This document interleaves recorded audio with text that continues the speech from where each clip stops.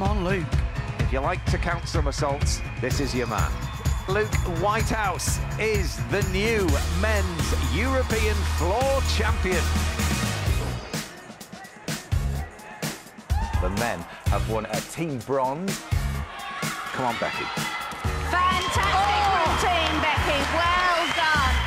Great Britain's Becky Downey delivered. What a performance, what a competition. The women's team won their first ever European team title. Come on, Jess. This is getting exciting. Great Britain's Jessica Gadarova is the all-around queen of Europe. Well, hello, happy Sunday and welcome back to the final day of action from the European Gymnastics Championships out in Turkey. So far for Team GB, the European titles have been coming thick and fast, and together the British men and women have won more medals than any other nation. And the medal hopes are going to continue today with 7 more chances across 5 finals on vault. Jake Jarman is the second highest qualifier ahead of Harry Hepworth, who qualified in 3rd. Jessica Gadarova is looking to add to her medal collection as the highest qualifier on beam. Ondina Champon will join her there. Jake Jarman's second final of the day is parallel bars, and Jessica Gadarova and Alice Kinsella will take to the floor at around midday. So there is lots for us to get excited about, as I am joined in the studio by 3 times world champion Beth Tweddle and world floor champion Gianni Regini Moran. Welcome back to you both. So here we are then, 6 medals, 7 more chances today. Beth, is this going better than you expected? I think we always knew they had the potential to pick up those medals, but with gymnastics anything can happen on the day, but they've produced some fantastic results and really worked well as a team. Yeah, and Gianni, young team on the men's side, are they doing better than expected, do you think? Absolutely. Yeah. You know, they've been given an opportunity here to go out there and, you know, show what they're capable of, and they've done more than that. You know, they've got some fantastic results, so they should be super proud. And more to come, as we say today. Well, one of the standout performances of the championship so far has to be Becky Downey, who returned to the team and put in a huge uneven bar score in the women's team final, helping Great Britain to win gold by more than 3 marks. And yesterday, Becky won herself a silver on bars. At 31 years old, there's not much that Becky hasn't experienced, and Betty Glover caught up with her to try and put it into context. Becky Downey, your first European medal since 2016. How much does this mean to you? It's really hard to put into words, but I think more than the medal, just to kind of done 2 clean routines and just get back into this environment and this space is huge. So I'm just really relieved and really happy. You've been on quite the journey to get to this point, haven't you? Does that make it feel even sweeter? Yeah, definitely. I mean, it's a totally different type of pressure that I think has for so long has been so much more than the gymnastics. And after qualifications, I felt quite a big relief, as in, like, I know what I'm doing, my work's coming together, and I just really wanted to go and enjoy today. And I couldn't have done any more with that routine, so I'm super happy. You're 31 now. You've been doing this for a very long time. Does that help?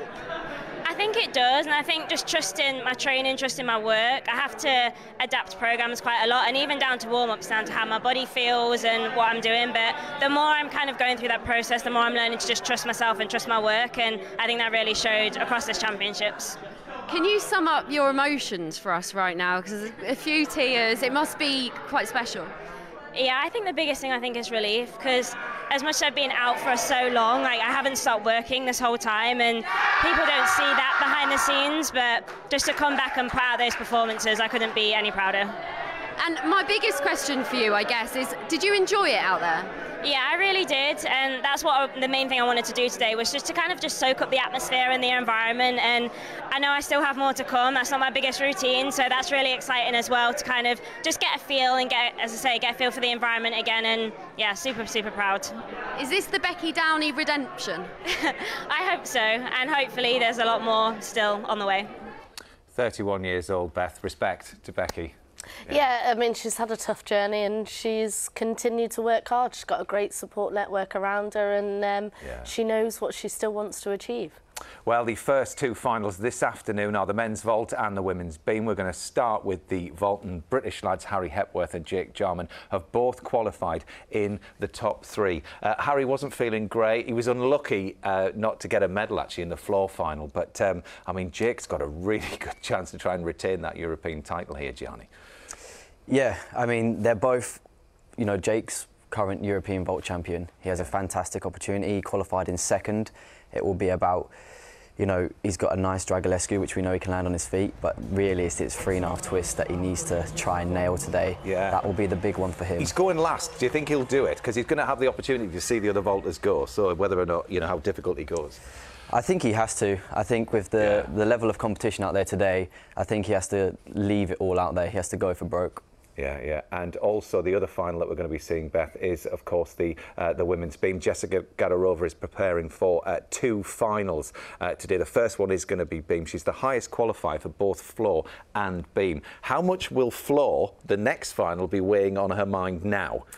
She'll be focusing solely on beam, get that routine done, and then you can start kind of focusing towards the next apparatus. You do have a bit of time to go away, kind of gather your thoughts and get ready for the next apparatus. Two Brits in this final as well. Ondina Champon, she got a silver at the last European Championships, and she's going to be able to put all that experience that she got in that busy year and marry it with all the training and go out there and have another really good go at a European medal, Gianni. Definitely, you know, qualifying in 4th place should give her loads of confidence. Being a silver medalist already on beam, again, she knows she's capable of doing that, so hopefully she can just go out there, have fun and enjoy that moment, and if she does that, I think the result will come. Well, let's see what happens. It's over to Craig Heap and Christine Still in the commentary box.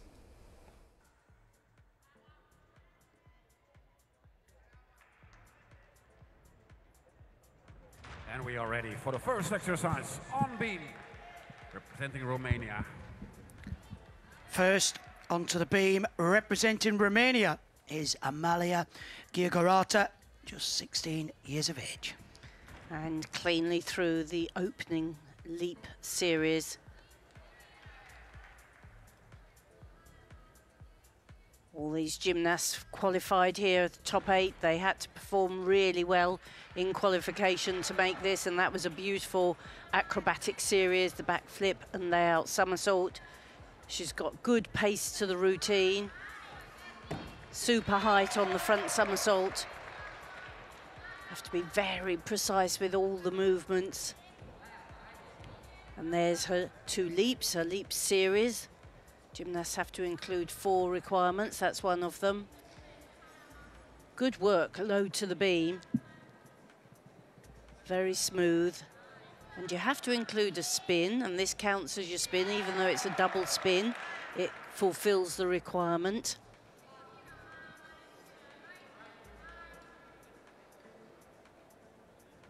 Eight moves the gymnasts add together to give their difficulty score. It has to include the dismount, so you need a big dismount, and this will be double flip, double tuck. That was a super opening routine. Great start to this women's beam final. Fantastic to see Romania back in the mix. Strong tradition on this piece of apparatus, going back to the great Catalina Punor, who no doubt will be watching on from home. And a very assured performance, Christine. Yeah, very nice, well choreographed. Good dismount. Like I say, the dismount has to be added into your difficulty score, and there's bonuses if you do the 2 flips into the double back. So good start for the beam final. You always want that because it sort of ricochets through the other gymnasts. Absolutely, we want to see 8 clean beam routines.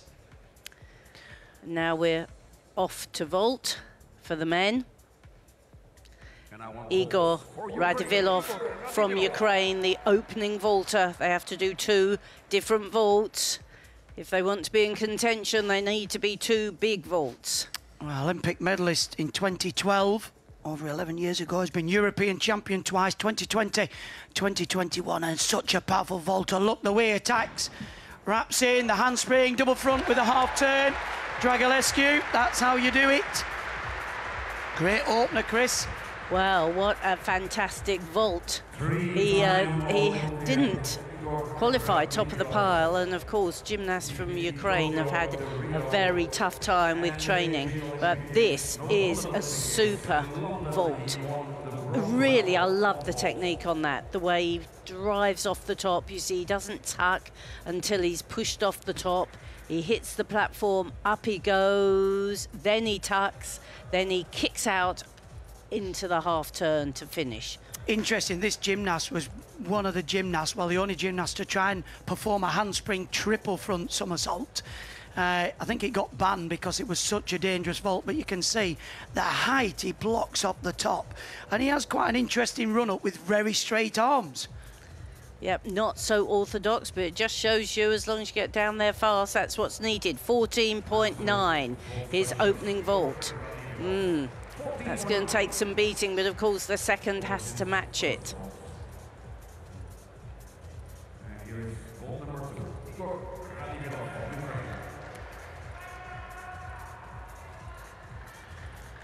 Second vault, Igor Radivilov. 14.9 for his first. Well, if he can match that, he'll certainly get a medal. But he has been renowned for a bit of inconsistency. 30 years of age, the oldest in this vault final. But it'd be big. The double pike Sukahara, that was 2 good vaults. Fantastic, Radivilov. Well done. The bar has been set, Chris. And it's been set pretty high. So the turn on to the platform, the block up, 2.5 somersaults. Amazing, and what precision from that. I'm really delighted for him. Well, pick up a 0.1 just for hopping to the zone. But apart from that, very good. Gia Gorata, 12.9. Seemed a bit of a low score, that, Chris, actually. Well, they're holding these scores very tight indeed. She didn't get into the 8s for execution. That means they took off more than 2 marks in execution, in small mistakes. They do give quite a lot of marks for artistry on beam as well.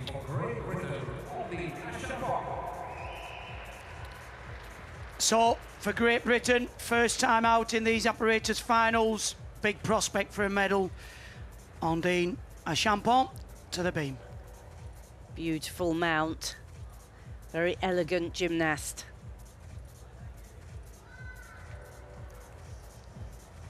Super free walkover, links very nicely to her 2 jumps. That's a bonus.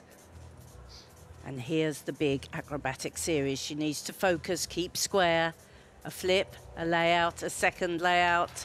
Well saved, just the tiniest of wobbles.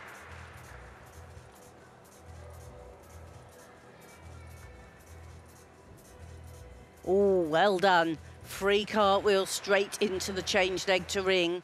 These are all the bonus points that you gain by linking elements together. And the section low on the beam. She's very fluent, very supple. The judges want to see the gymnast moving all the time. That's her spin. It's a difficult spin, gets lots of marks, but is quite difficult to perform. And the split jump to ring. The small sideways section. Gymnasts have to travel sideways along the beam as well as backwards and forwards. Now, 10 seconds to dismount. Has to be precise. 2 flips, 2.5 twists. She is just a little hop on dismount. That was a very good routine from Ondine. Well, 13.3, 6.6 in qualification for 4th place. Took a silver medal at the European Championships last year. And a little bit of a wobble early on, but did so well to stay on the beam. Beautiful dismount, the 2.5 twist. Such accuracy, great spatial awareness. So second vault for Radivilov, 14.6, giving him a 14.75 average. Now that is going to be tough to beat. Everybody knows they're going to have to be at their absolute best if they want to match that score or better it. And Harry Hepworth for Great Britain, his second final. Worked great on floor yesterday. Another powerful, efficient volte. The Dragulescu, double front with a half turn. Just that little hop back, but lovely transfer of height and momentum. Well in the mix with that. Well, it might have had a little hop back, but that was because it had plenty of flight and height and energy. He powers down that runway, gets the feet into the board fast, blocks right up 2.5. You know it's a good fault that you have to hop backwards. You might lose a 0.1 for hopping, but they know it was a vault with great flight. Yeah, 15.6 the vault's out of. I'd say probably lose a 0.3 for that hop back, but great alignment. It's going to be very difficult to split these vaulters. It's about the consistency of the two, but he's well in there. Nervous wait for Ondine, but should certainly go into first place. Depends a bit on what they counted for Ondine. Oh, 14.766. You're right, Craig. It was costly, that hop backwards. It wasn't that bad if you think that Radivillov nailed a landing for a 14.9. Let's see how we can motor on the second vault. Another powerful approach. Watch this, wraps in. Oh, well, what a shame. Straight front, the 2.5 twist. He was going for broke. Well, that was a big, big vault. Had he landed, it would have been a big score. But he just ran out of a little bit of air time. Super shape in the air. And you could see just wasn't quite round. I think he caught his ankle slightly there. Big score, Ondine, a Champon, 13.533. Better than qualification. 5.9 in difficulty. That meant they counted everything. That was a tremendous score for Ondine.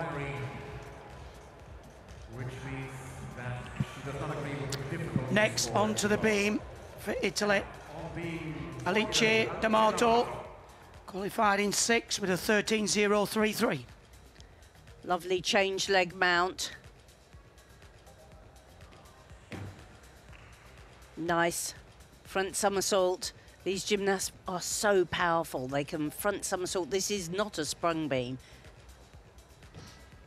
Very good on the back flip and layout somersault. Secure on the leap series. A lot of the gymnasts doing fairly simple leap series in order to make sure they count. And the change leg to ring, takes the head back, loses sight of the beam, so that's extra difficult. And also very confident on those 2 jumps straight after the free walkover.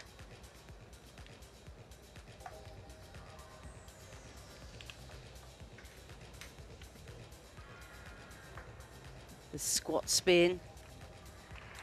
Good. Nice straight leg, the free leg. She's got good rhythm.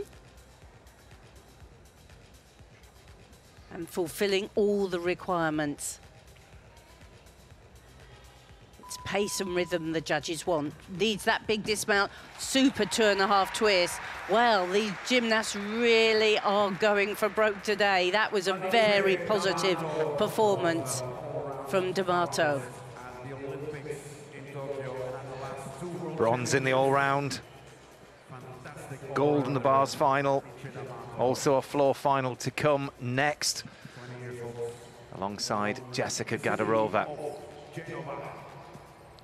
Harry Hepworth scores a 13.999 as the average of the 2 vaults. So Igor Radivillov leads with 14.75 on vault. Sebastian Grauski, Poland now.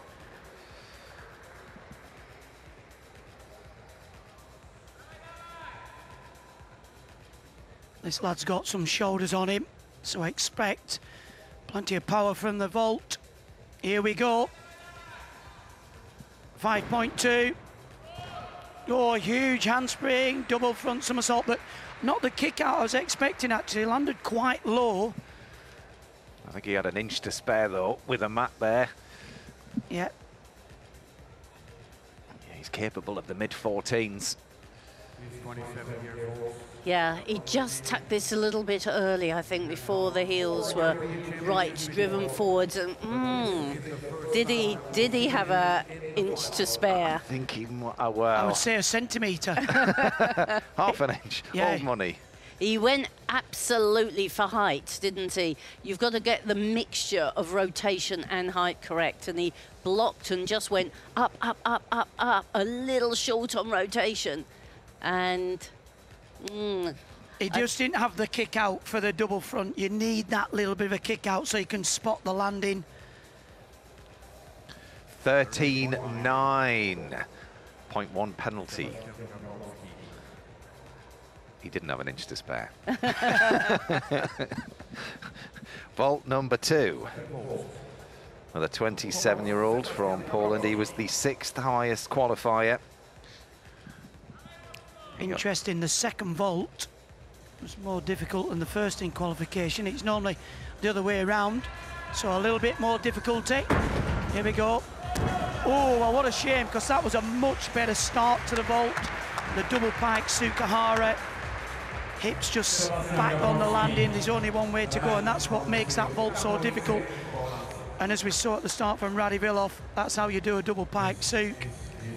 He's a real classic performer, isn't he? Like, he blocks off here absolutely straight and then puts the double pike in, which, if you're talking about pure technique, is probably the best, but also very difficult to land.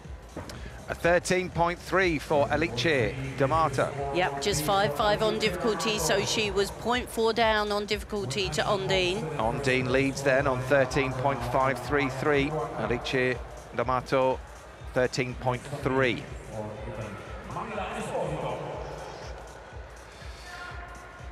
Manila Esposito, second at the Italian Championships. Love that mount, the round off flip, layout into flip. It starts the routine off with such energy. And she's controlled that well. The acrobatic move into the leaps.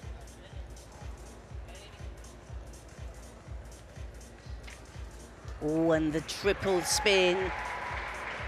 Each spin you do increases the difficulty.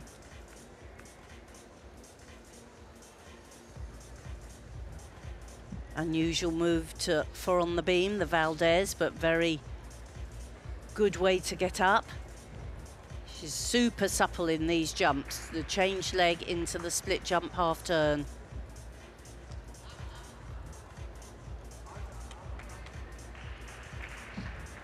Confident in the free cartwheel.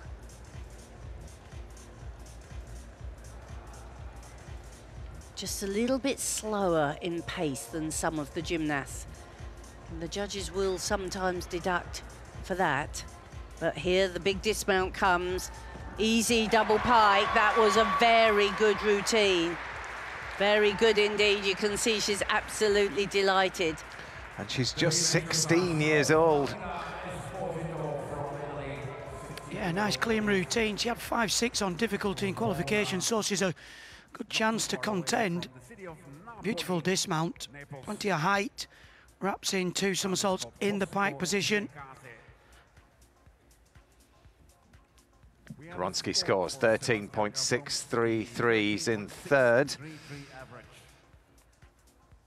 Radivillov still leading with an average score of 14.7. Arta Davtyan of Armenia. He's the highest qualifier, world champion.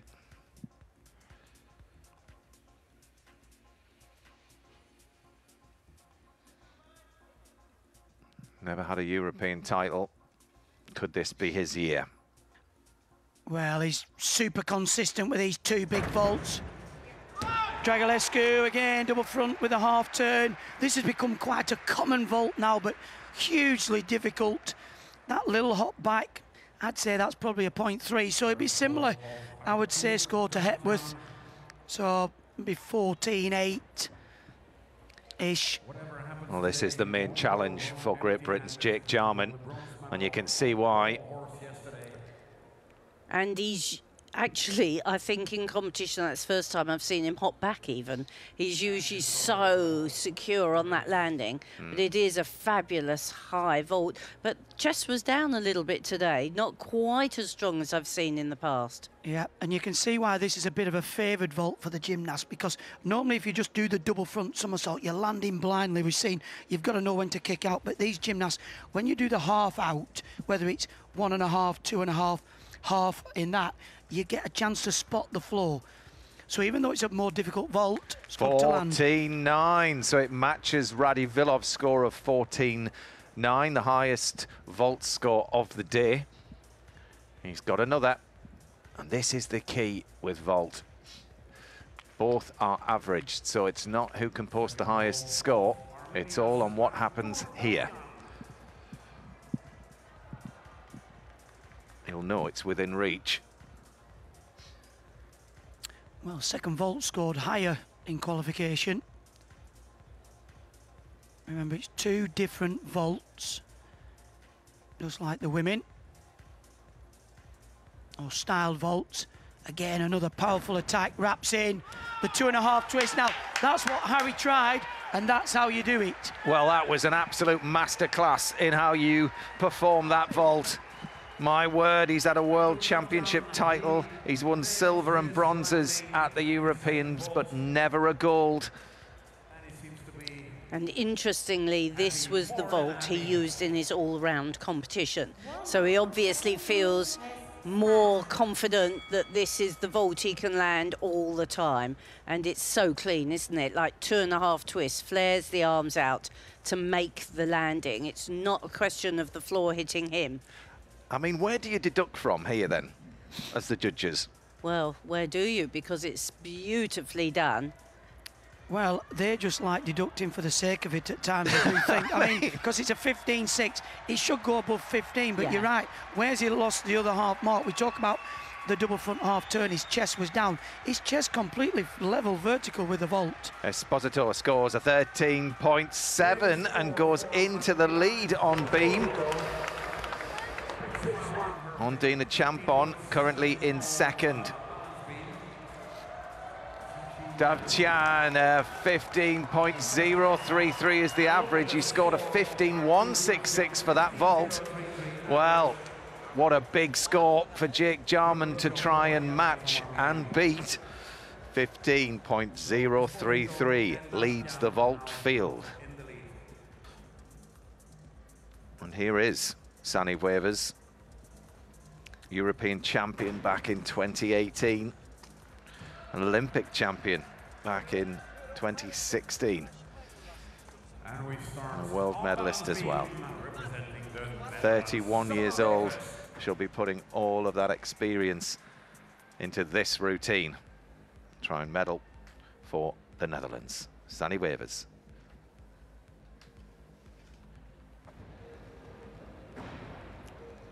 Very well into that opening series, the flip, mount into the immediate jump full turn. Not so full of acrobatics this, but full of difficult spins. That was a beautiful double spin with the leg held at horizontal. But she has to have an acrobatic series, and this has eluded her in the past sometimes. Not today. Very nicely through the free cartwheel flip.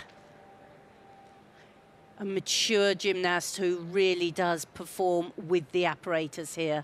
Very fluent, every step important, and immediately into the free walkover. The judges penalise heavy pauses, so this routine is particularly going to score well because she hasn't stopped moving yet. She stands up and moves immediately into the next section. And here we go. 1 spin, 2 spins, 3 spins, and a leap. Fantastic work, very original. and runs into the dismount, the full twisting straight gainer. That was a fantastic routine. Well, Esposito leads the beam final with 13.7. That's the score for Sanny Webers to beat. I think that's one of the best we've seen from her for a while, Christine. This middle, well, latter part of the routine shows such control. Twisting one way, then the other, then again. And I think she just said to herself before the dismount, come on, you know, she's got this. And yeah, that was remarkable composure. You need such body control for that sort of work, much more than for throwing a round off layout. Yeah. Well, what about this lad? Adam Azil, gold in the all-around, gold on rings. In front of this home crowd, he is having a golden championships. And watch the power. He scored a 15-1 with one of his vaults in that all-around competition. Well, this is phenomenal opening vault. Watch this. Double pike front somersault, half turn. We've seen three guys doing it in a tuck position. He's just gone and nailed it in the pike. Phenomenal. And this guy's about the same height as the vaulting platform. He really is a powerhouse of vaulting. That's probably be the top score, I would think.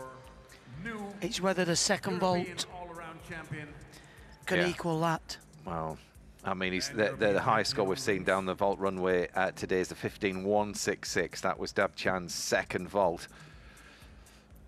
Huge. I mean, that is the definition of power, Chris. Oh, it is. And look, he meets the platform, blocks immediately. Double pike, no question that his knees are bent. Big step back, but it's, you know, when you've got your legs straight, you travel so much slower through the air than when your knees are tucked up. That's why it's tariffed higher. Well, I'll take that back. It won't be the highest score because I've just seen that in the replay. I think you lose 0.3 for that big step back. But fantastic vaulting. 15.166. It matches the highest score we've seen today. But as we keep saying, this vault final is all about the average of the two vaults. So my word, the pressure's on here. Can Adam Azil get another? Well, can he get another medal? Can he get another gold? Well, he had a 4.8 difficulty on his second vaulting qualification. So unless he does something hugely different, it's going to be a big ask. The hopes of Turkey are with him. They are. Son. Wraps in. Oh, what a shame. He went for a huge double pike. That was a definite higher tariff than a 4.8. That's a 5.6. And if he'd have got his feet, if he hadn't put his hands down there, you could have been looking at medal number about 3 gold. 4 plus the team. He had some fantastic European it's well, he obviously decided to go for broke. Actually, he wasn't too far off, wasn't he? At all. He just let go of the legs a little bit early. Sanny Webers goes into the lead on beam with 13.8. These are big scores. 5.8 start. She got her difficulty given. Fantastic to see such a variety of performances. Very elegant routine, that. Well, Kovac scored a 13.833 in the all-around. This is Fien Enkels of Belgium. Kovacs to come, Gadarova to come. Oh, and that mount, you're meant to stop in the inverted position. She just let the legs flop over, so that won't be credited. I mean, she got a mount, but it won't be given the difficulty as if she'd stopped it. But that will be good triple spin.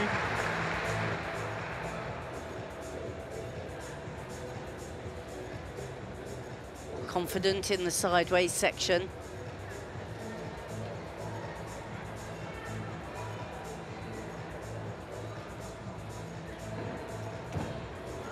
Good free walkover, but it's the little taps of the foot before a move that the judges deduct for these days. This is a bit of a new deduction you see here.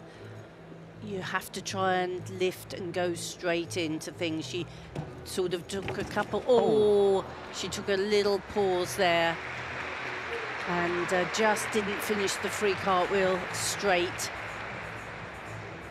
Nasty fall, that. Yeah, it is a bit of a nasty fall. The free cartwheel, because it's a move with a half turn, is quite hazardous when you're linking it to the backward element.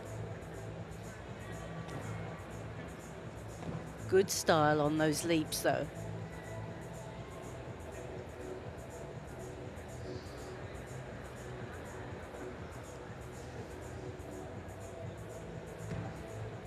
Full twisting, gainer dismount, not quite in the straight position in a pike. Well, wry smile there.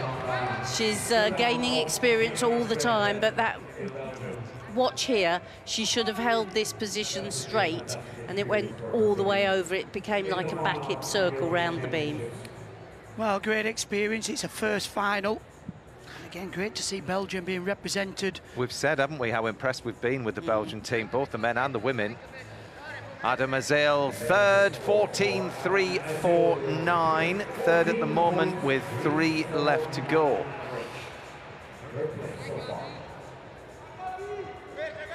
Gabriel Bertanetti of Romania now. And this lad was the 4th highest qualifier. He competed in the all-round as well, so interesting to see how tired his legs are. Well, this is a gymnast that actually slipped on the top of the vault, if you remember, in the all-around. Yeah, he sat down, didn't he? Yeah. So, come on, let's hope for a safer outing. Oh, no problem at all there. The triple twist, hugely long as well. It was very efficient there, Chris. Yeah, he wanted to put the memory of the vault in the all-around behind him, and he certainly did. He made sure plenty of chalk on his hands, planted them properly, blocked and made that triple twist. It was a bit ragged on the landing. Well, sometimes when you watch the performer before, you just under-rotate, which happened to Azil. You know, you just said to yourself, right, make sure you give it plenty of welly down here, and he did. I mean, he did very well to save that because his feet were well under his hips. He did very well not to fall off the end of the podium, actually, which just goes to show what a big, huge vault it was. Yeah, we might just say overcooked it a little bit, but a lot better for the ankles. He'll be pleased to have nailed that one, I'm sure. Bertanetti, 14.333 for the first vault.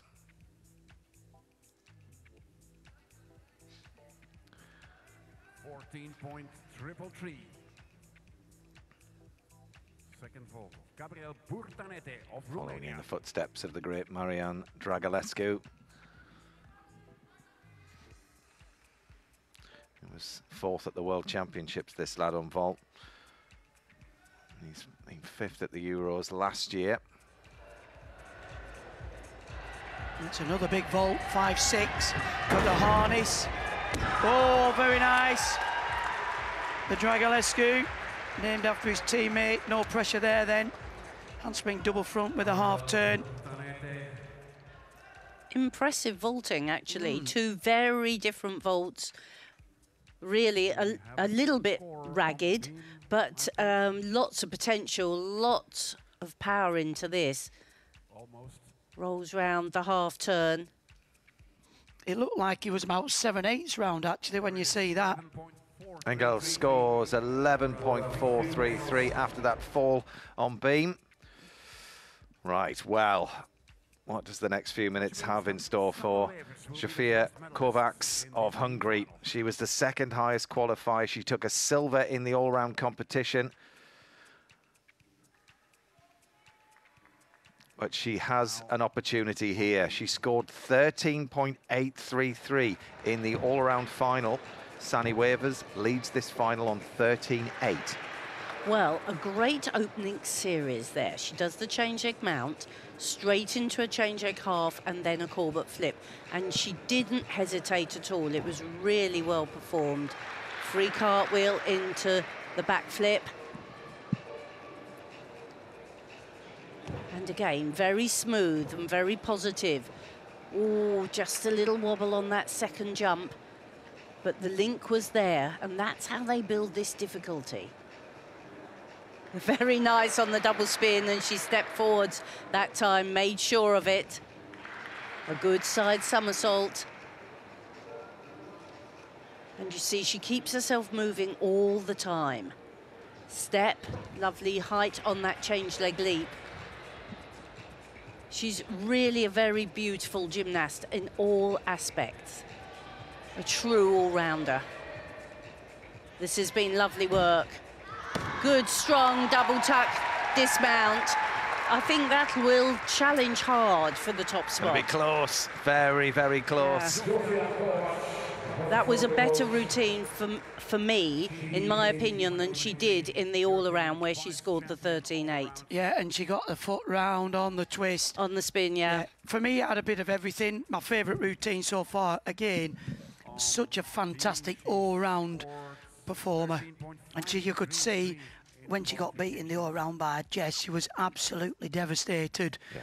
And but come back fighting. Don't forget, this is, you know, multiple days of competition. To perform a routine like that was great. Now, the only little thing there was in slow motion, and I'm sure the judges won't have been able to see it, but her feet on the change leg half, she didn't get her feet all the way round to let parallel with the beam. They were a little bit off. 14.449 for Bertanetti. He's in third at the moment. Artur Dabchan of Armenia leads this final. Could it be gold for him for the first time for Armenia? Next up, Luca Giubellini, 20 years old, from Switzerland. Did well to qualify for this final. Well, traditionally see the Swiss in P-bar and high-bar final, so great to be here on vault. Oh, very nice, another double front half turn. Just a little bit low on landing to ones we've seen have time to kick out, but it's just 20 years of age. 20 years old, Luca Giubellini. He was born in the town. Giubellini, he scored 14.5 in qualification for that vault. Well, lots of power and commitment. Just a tiny bit short on rotation. So 1, 2, he just needed to be a little bit higher to not have to do a deep squat on landing. He got a good block though, but that sort of lost his rotation a bit. He went up as opposed to over. Yeah. You could see it really was quite a deep landing. Great determination to put your feet down like that and hold it. Yeah, the force going through your legs from that height. And a lot of these gymnasts are going to get a massive experience from, you know, the first major championships, and to qualify for finals, that's what it's all about. It's not for the Europeans now. It's when you put your hand up and you're performing at the Olympic Games. So he's done a great job there. This new generation of Swiss gymnasts, we've said earlier, but they're really impressing on the men's side.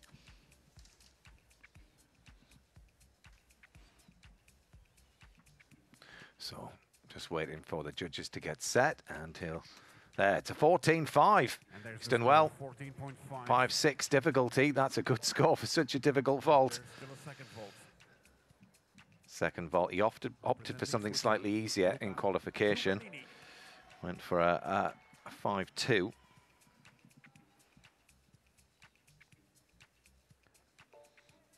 Here he goes. Another powerful approach, looks focused. Oh, well done. He did well to save that again, the 2.5 twist. Just that step back, but again, really well experienced to save those vaults. He could have easily put his hands down or sat back on either of those, so good credit to this young man, and I'm sure we'll see a lot more of him. Absolutely. See Jake Jarman there giving him a handshake at the end of that. I'm sure they've been together on many a kind of junior competition. He'll be aware of them. So the 2.5, and like you said, Craig, he could have sat that down very easily. Lots of determination. Oh, Jofia Kovacs, 13.5. That's a surprise for all of us, isn't he? Yeah, yeah. Well, last to go. in this women's beam final is Great Britain's Jessica Gadarova. Gold in the all-round, gold with the women's team, and this her first of 2 finals today. 13-8 is the golden score at the moment. Now that's how you do that mount. Stall in the upright position. Good, positive movement from Jess. This is important, this series. 1, 2, 3. Yep, she got the series, and that builds the difficulty. Now she needs to make the triple spin here. 1, 2, 3. Actually, she did that beautifully. It was a little bit hesitant in the all-around, but that was fantastic.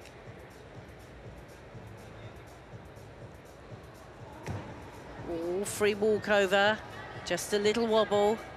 And she would have hoped to join these 2 jumps to the free walkover. Now we have to see the acrobatic series. Here it comes. Back flip, layout somersault. Again, just the slightest of wobbles, but she holds it firm. She's got very good body movement on the beam, not just arms and legs, but the whole body. The free cartwheel, she just looks a little bit more hesitant today than she did in the previous 2 competition days. But now, big focus, Jess, on this dismount. Nice straight round off, double pike. Oh, and that is very untypical of her.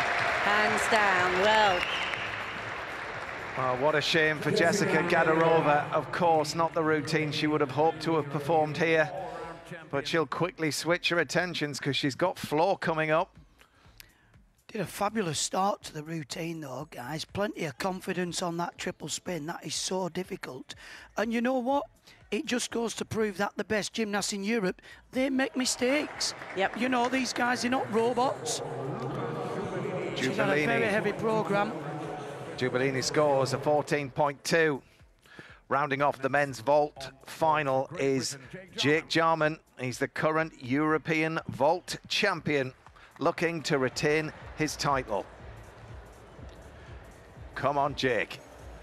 Vault number 1. Go on, son. The most difficult vault you'll see in this competition. 3.5 twist, wraps in. Oh, and that's how you do it! Well done, Jake! He struggled a bit in qualification. He struggled to keep on his feet. He performed it fantastic in the all-around. And what about that, Matt? Well, absolutely superb. And look at him. He's so focused. He's not celebrating too early. Well, I think that's the best I've seen him do this vault, because previously he's had to squeeze that last little half round or the last quarter. But this was really clean. Up, round, you know, shoulders and feet were round. We've seen him land it with the shoulders not quite there. Well, they lose a 0.1 for stepping into the red. Probably a 0.3 step, I'd say. But don't forget, that vault is 4/10 up from the majority of the people. Navyatan, who's leading, had a 5.6. That was a 6. Huge difficulty. And the next vault is going to be all on execution. All the GB teams watching there, cheering him on. It's look at that, 15-2. It's the highest score of the day on vault. Now, can he keep the consistency and can he retain the European vault title? He's just mentally rehearsing. He's going through it.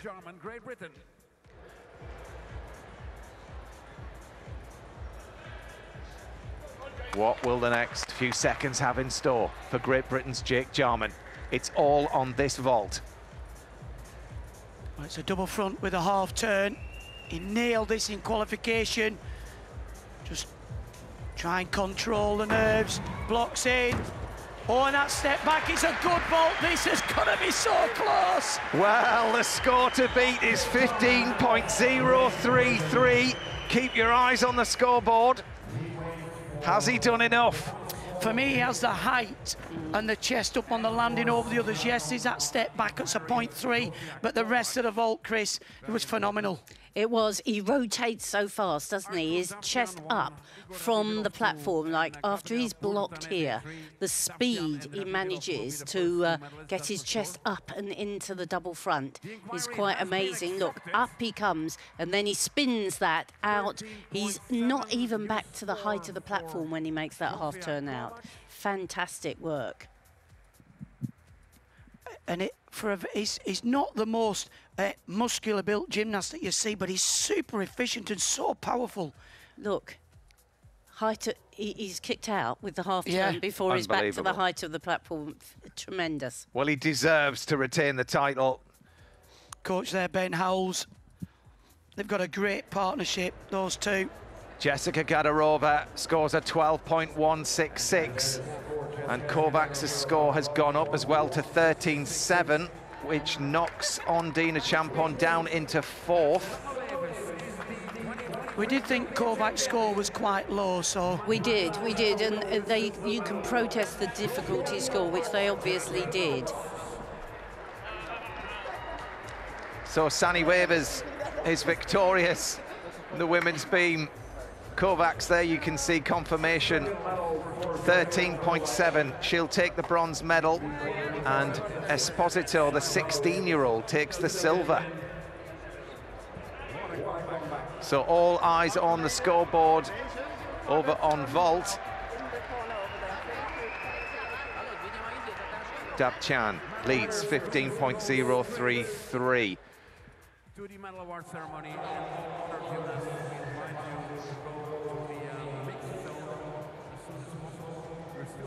It's second, it's 15.016. But there's your champion, Artur Dabchan. For the first time, he becomes European champion. He's had a couple of silvers and a bronze, but he's never been the champion of Europe. But this is his day, this is his time. The highest qualifier at 30 years old is victorious. Jake Jarman takes the silver and Igor Radovilov the bronze for Ukraine. Jake just couldn't do it. I mean, it was absolutely phenomenal, his vaulting, but you can't take it away from Dabchan, can you, at 30 years old? I said there that it's his first European title. He's tried and tried and tried, and that, I mean, that's it, isn't it? Just be tenacious and keep going. Yeah, it was an incredible vault final, and to see those scores so close together, yes, it's a silver, but Jake knows how close he is, and it was literally down to little steps, but he's got the calibre of vaults there, and he's got plenty of time to consolidate them. I mean, it's hard to put into context, Gianni, how difficult that vault is. It's one of the hardest, you know, hence why it's a 6 start value. But again, that also makes it very hard to land. And as you can see there, Jake just took a slight step to the side, going over that red line, which really would have just been the difference between a silver and a gold medal. Yeah, and I think Jake will have well understood that Dabchan was the champion on the day. Yeah, 100%. I mean, Jake went out there, he left it all on the vault, and you know, it was so close. But you know, this is gymnastics, and this is a vault final. Yeah, the narrowest of margins. And Harry Hepworth for Great Britain was also, he represented well as well. But you know, it hasn't really been his championships, has it? The timing and not being, you know, so well and what have you. I'm sure the wake of all of that would have gone into play today. Obviously, he had a fantastic qualification. I think he can take a lot from that. He hit some good scores, but then he was a little bit unwell, and that just may be the difference, that, you know, he has been a little bit affected by that. Yeah. And, you know, there's still a lot of positive things to take from this, and I'm sure he can keep moving forwards. OK, well, let's have a look at Harry's vaults. That's the first one, Beth. Yeah, I mean, just unfortunately that was the second one that he has issues with, and just didn't quite have enough time to block and get the full twist in. Obviously we saw Davitan do that vault as well, and just had that slight pop off the vault, which gives you more airtime to complete the twist and see the landing. we've seen Harry do that vault. We know he's capable of it, and like Gianni said, he'll take a lot from. It's very different competing with your teammates around you, being in that team environment, to suddenly being out there in a vault final. Yeah. Yes, he had Jake with him, but it's a very different vibe being in an individual final. Yeah, as a bronze medalist at the Euros yourself, Johnny, you'll know the pressure that's on that second vault, and for Davtyan to know that he had it literally in the bag if he could just deliver. I mean, this was enormous. Yeah, it was a fantastic vault, and again, you just see there how much height he gets, you know, from that vault, and he's got enough time in the air to get the twist round. He opens out. For me, there's not many deductions you can take. Obviously, the judges will always take something, but it was an incredible vault. Mm-hmm. Across on beam, and wasn't a great story for Great Britain. Ondine, look, I mean, it looked to me like she was in third, and then Kovacs put in that appeal on her difficulty. But I mean, Ondine, as we said at the beginning, you know, she's put all of that experience from a very busy competitive year into play, and I mean, you know, she is holding her own with the best in the world on this pace now. Yeah, I mean, you can't take anything away from her. The actual routine was fantastic, and she went up early on in the proceedings, so she can't be disappointed with that performance. And like you said, I thought she was third, and then Kovacs put an inquiry in and got a 2/10 increase, which obviously knocked Ondine out. But beam is beam. Ondine will learn from it, take more experience from it, knows that she is up there with the top. And obviously for Jessica, it's the third day of competition. She's, let's just say it was better to do it today than to do it during the all-around competition. Well, she started brilliantly, didn't she, on beam? I mean, certainly with the spin, the triple spin, which she absolutely nailed. Obviously, things got a little shaky. But how much do you think this, I mean, here's the spin. Yeah. See how beautiful she delivers this. Yeah, I mean, this spin is very difficult. Most gymnasts you see doing the double. Jess has increased that to the triple. For the dismount, personally, I think she went for the landing and just obviously opened out a little bit too early, and that's what caused the fall. But she's got time now to go back into the warm-up hall and regather her thoughts, ready. And we all know she loves performing, and she uses the crowd to her full advantage for that. Floor coming up for you around midday. Now, Jake Jarman is having a super Europeans, a bronze in the team final, a silver in the all-round, silver there that we just saw on vault, and he's also qualified for the parallel bars final, which is coming up in just a moment as well. Incredibly, at 21 years old, Jake is one of the most experienced gymnasts in this young British team.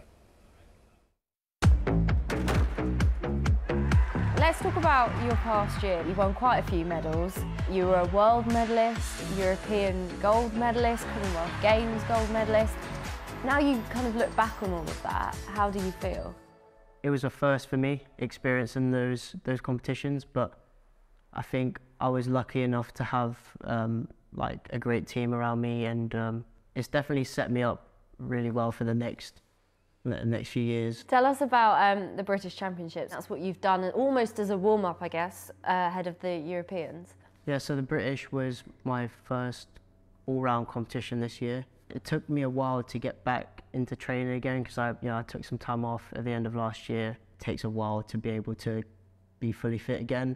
One of the hardest things for me is trying to get that fitness back, but also not injure myself. I heard you had a bit of a mishap before British. It was before the English champs, and I caught my finger in the car door. Nightmare. Yeah, and then I couldn't compete all round then, so a bit annoying that I did that, to be honest, but yeah, it's all good now. What do you want to achieve this next year? Me and my coach, you know, we've sat down and we've created like a long-term game plan of like what I want to do at specific competitions. I'm hoping to be able to replicate a similar performance to last year, definitely. I'm hungry to do well. Well, there is Jake on the medal podium, receiving that silver medal. He's done his best to avoid all car doors out in Turkey.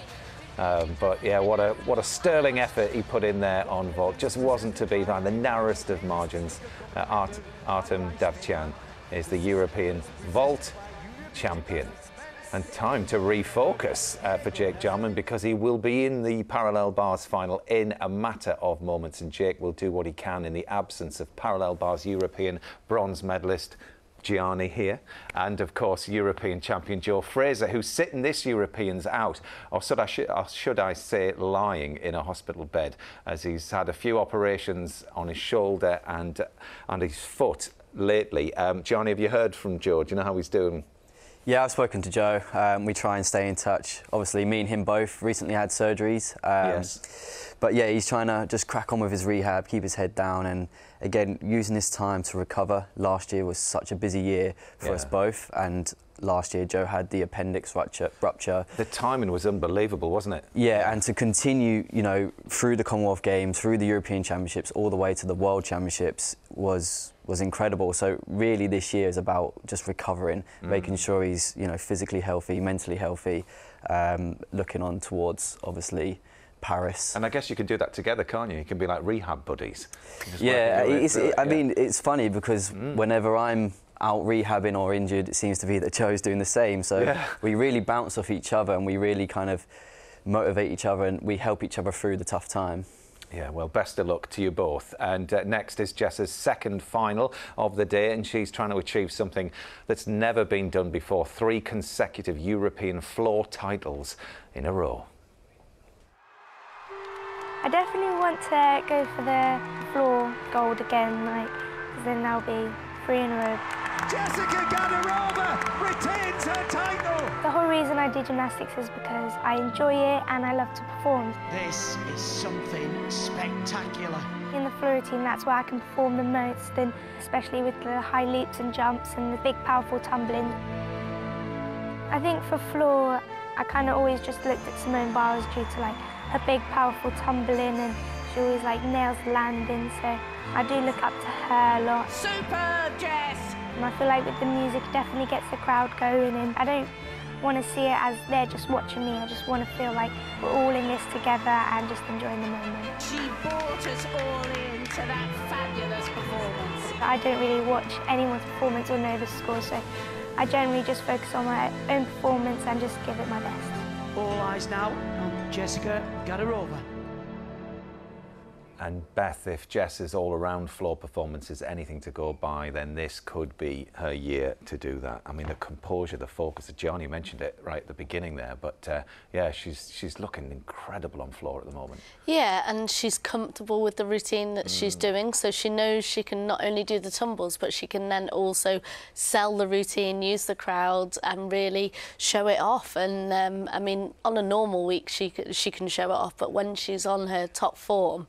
And it's incredible. 3 weeks ago at the British Championship, she wasn't even competing on floor. So she's worked hard over these past 3 weeks to get back to full fitness. Yeah, and it's been a very busy championships for her, but this will be the last event, the last routine. She'll put it all into it. She scored 13.933 in the all-round competition. I mean, that would be enough if she could match that. Yeah, she's got the difficulty advantage, but she's also got the execution advantage. Not many gymnasts are able to get up into that 13.9. So, yeah, I think it's hers for the taking. But as we always say with our sport, it's what happens on the day. And what is it about her routine that works so well? I mean, the judges seem to love it. It's got the execute, it's got the difficulty. In your eyes, Gianni, what is it that gives her that edge? I think for me, when I watch Jess perform on floor, it's the passion she puts into the routine, the emotion. It's like she tells a story, and she really kind of just engages with her routine. And just for us, you know, watching that routine, it looks incredible. It's a performance, and that's what she's really good at doing. She's really good at performing that routine. Yeah, well, that final is coming up very shortly for you. But in the meantime, Ondina Champon has been talking to Betty Glover after her beam final. Ondine, thanks for speaking to us. You just missed out on a medal. What's your reaction? I'm okay with it, actually. Well, obviously not, but I think I improved on qualification with my score, and it was a really hard beam final, so to come fourth is just, I think it was okay, yeah. How did you feel out there today?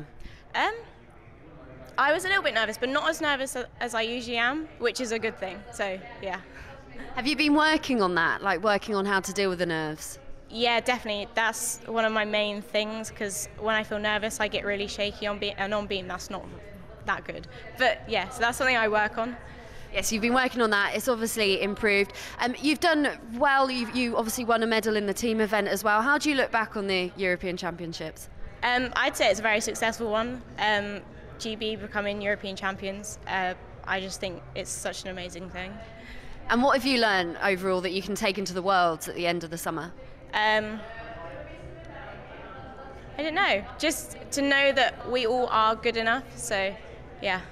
Taking that confidence. Thank you so much, Shondine, and well done. Thank you. It may seem like a small thing, but confidence is a big, big thing. We'll get to that a little bit later on, and how the world of British gymnastics has ended up where it is. It's absolutely incredible. But yeah, we've got the floor final to come, parallel bars final to come as well, Gianni. And as a European bronze medalist yourself, give our viewers a clear insight into the world of parallel bar working and what makes that ultimate routine in your eyes. So, firstly, making sure you hold the handstands. A lot of gymnasts will lose deductions if they're not holding the handstands. Hand steps, we see just little flickers of the fingers or little steps. They'll be taking 0.1 per every little flicker they do. And obviously good control, showing that they're in control of the routine sometimes. And I have done it myself a couple of times where you feel like you lose a little bit of control of that routine. Yeah.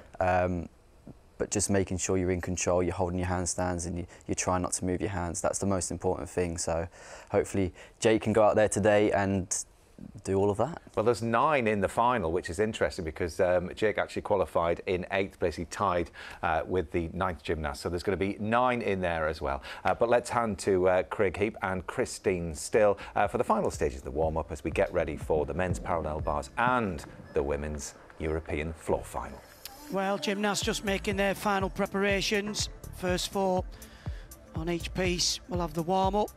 Parallel bars there, you can see 2 gymnasts from Switzerland in this parallel bar final. Again, when I said to vault, traditionally the Swiss are always good on parallel bars, and rare do we see them on vault. So again, be good to see what they can do on there. Koftan will be one to watch, qualified in 2nd place, and then, you know, the local lad Ferhat Arikan qualified in 1st. I mean, he's been European champion, so yeah, definitely one to watch. And then Flo Chris, Shirley, we've got 2 Brits, Jess and Alice. Yep, we have, and interestingly, both Jess and Kovacs work in this first 4, so it's a draw. It's not seeded, this order of work, so you know Jess will have the chance to make her mark and everyone else has then got to chase it, so it won't be so easy for her to put behind her the having not done so well on beam. It's been quite a quick turnaround, so she'll have, I'm sure she'll manage to, because she's a great competitor, but it's a little test for her. Yep, certainly will. Let's hope both gymnasts compose themselves. But first up, looks like we're going to go to Flo. Romania, Anna Barbusu, just 16 years of age, to open this women's European floor final.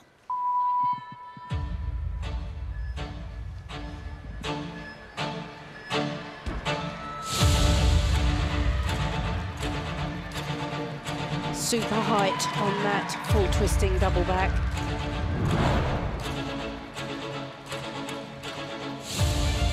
Unusual pike full turning jump.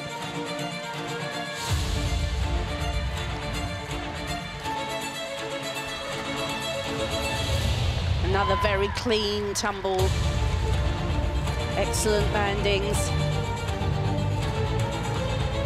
Floor, the gymnasts have to use at least 5 acrobatic elements and 3 dance elements to make their 8 moves that count for their difficulty. So you'll see big jumps and spins.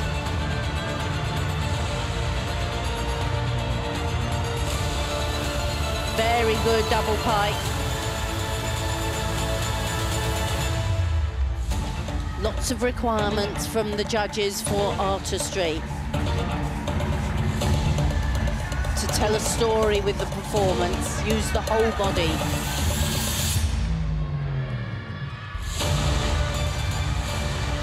Now, big final tumble. This tumble has to be included in the difficulty, and a bit of a stutter forwards, but much, much better than we saw in the all-around, where she faltered on the last tumble. So that was a good opening floor routine here. Yeah, did well just to save going to her knees on the final tumble. And again, you know, we've just got to realise, you know, some of these gymnasts are young and inexperienced, and what experience tell you is you've got to concentrate, keep the pressure in your legs right till the final part of the routine. But some good work, and again, great to see Romania back.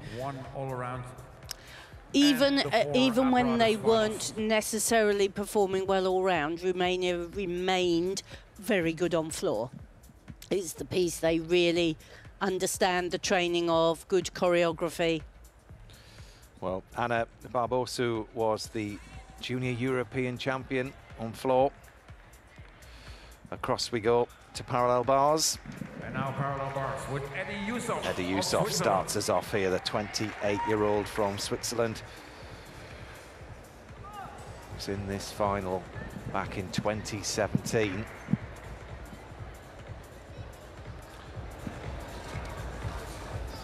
Eighth qualifier, so everything to gain. Good straight arm work there. That's a difficult combination.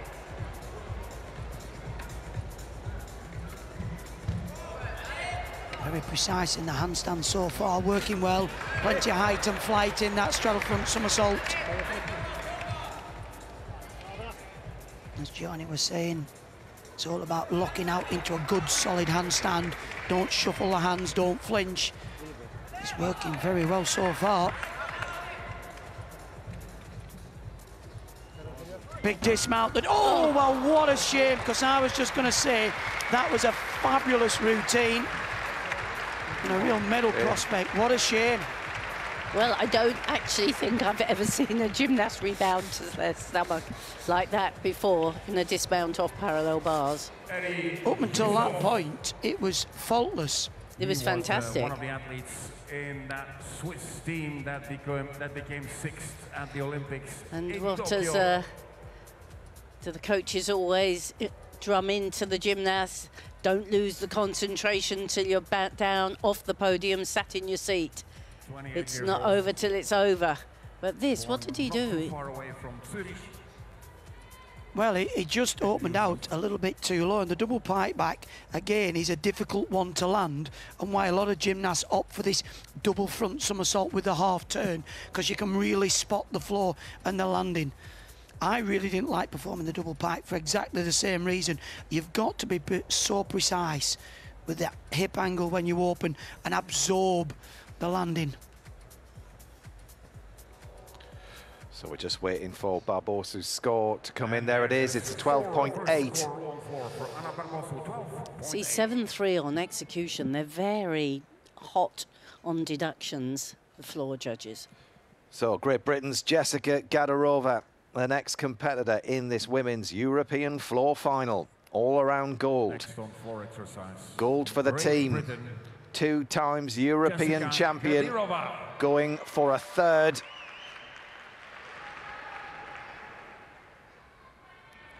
Jessica Gadarova looking to make history.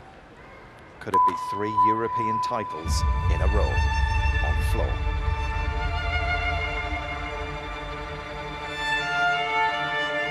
Beautiful, expressive start.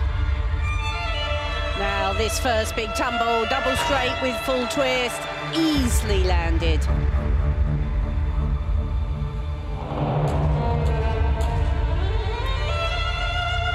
Such great facial expression. Another big tumble coming up here. Needs to power it down, lifts into the double straight.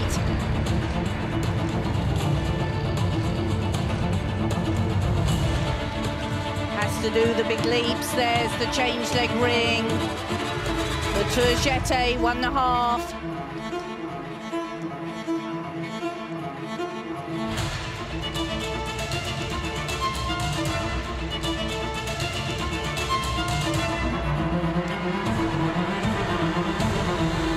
Very nicely round the full turn.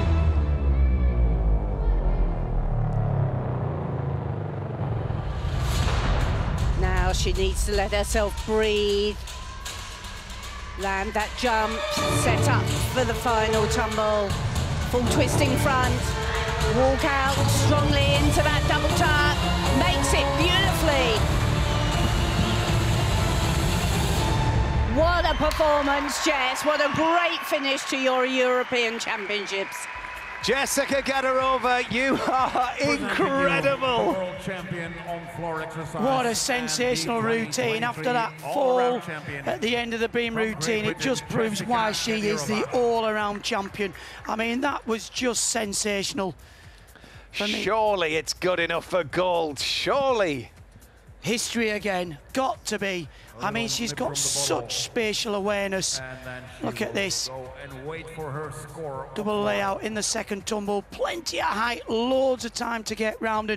And Kristen, you picked it up early on. She's got great facial expression, looks into the judge's eyes. And this is a piece of apparatus where they have the ability to really express the personality. And for me, it's a 10 out of 10 for personality. I'm going to throw it out there. That's the gold medal performance right now. Eddie Yusuf scores a 13.466. What a shame about that dismount. Noah Seifert next to go, a 24-year-old compatriot of Eddie Yusuf. Seifert put in 14.7 in qualification.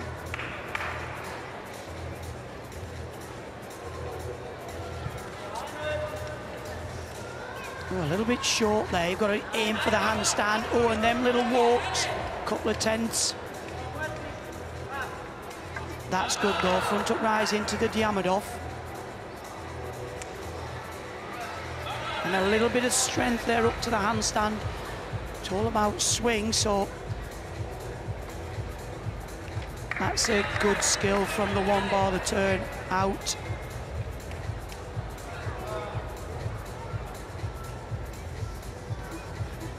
A little bit more difficulty than Yusuf. However, for me, it's just a little bit scrappier at the start. And again there, oh, he did well. The Bavzar skill. Just didn't get a good catch on his hands. He's got to work back down into the middle of the bars. That's better. Oh, and you can see just losing the control in the back. Double pike again. He'll be disappointed because he could have really challenged for a medal, but for me, just a little bit ragged, Chris. Yeah, he was, wasn't he? A little bit soft in the back on occasion. The gap between the third and the fourth place in the qualifications was only 0.033. Third place was for Matteo Levantesi of Italy. Matteo Levantesi. Yeah, this, I think, was the start here. He got his rhythm later on in the routine, but the damage was done with a few problematic moves.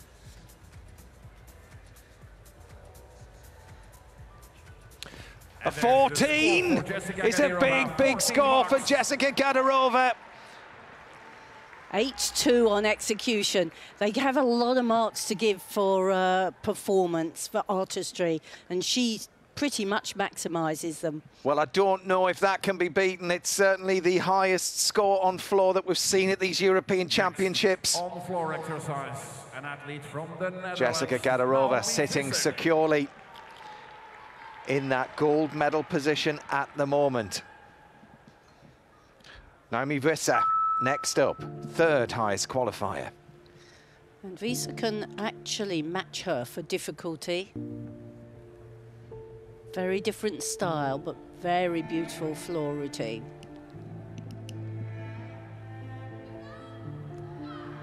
This an unusual and big tumble. Whip, triple twist, punch front, very nicely executed.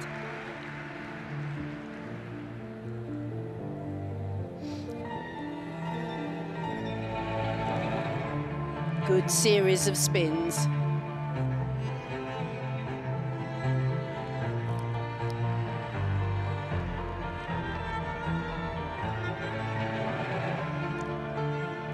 high leaps.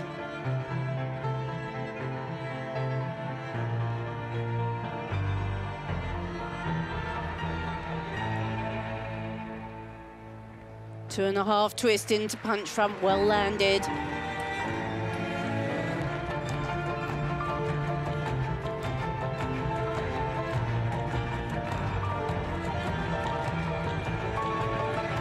Strong leaps.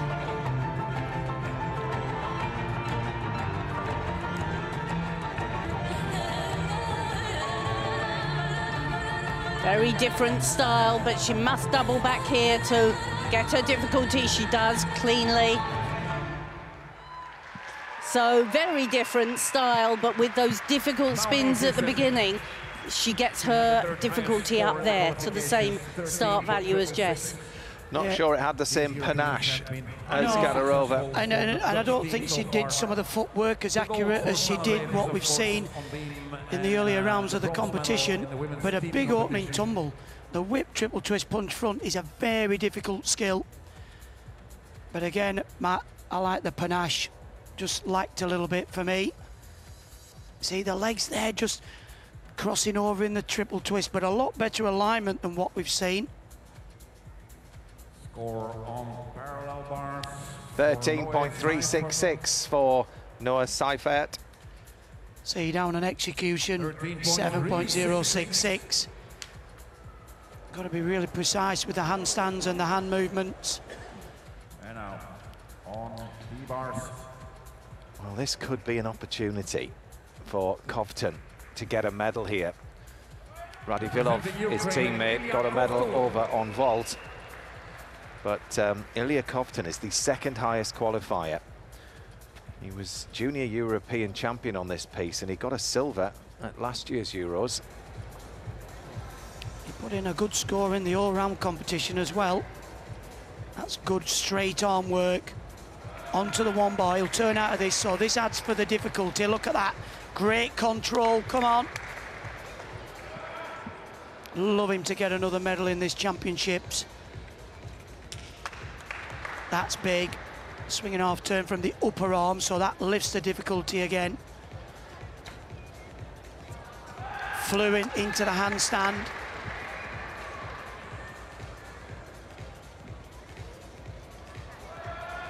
So precise. And another big skill from the one bar. This is going to really challenge for the top spot.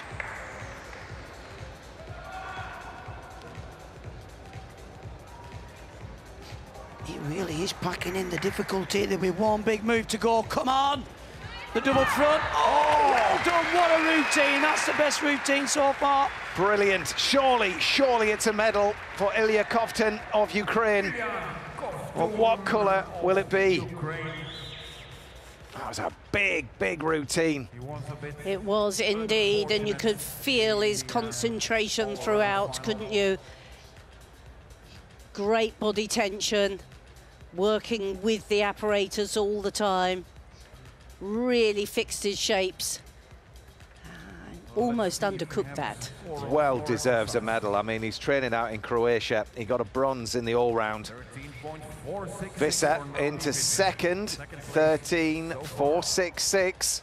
Yeah, she matched the difficulty, but not the execution, down in the sevens for execution. So Jessica Gadarova leads on a score of 14. Next up, Jofia Kovacs, a gymnast that fought with Jessica in that all-round all the way to the finish. Jessica was victorious and Jofia came second. Can't quite match for difficulty. So this, all on execution.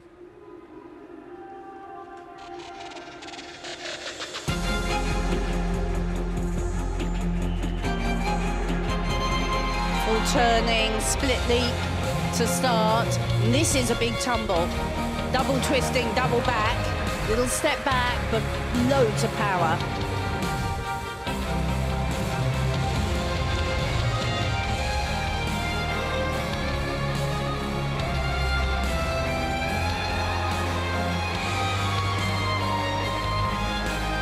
And double straight. She's a great tumbler.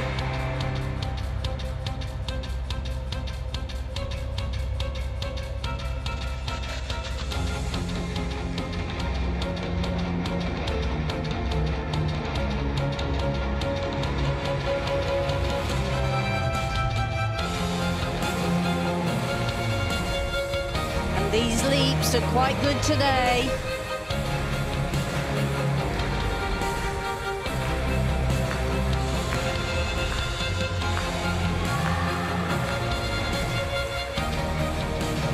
There's her forward tumble, but she tumbled out of the floor area, which will be quite a big deduction.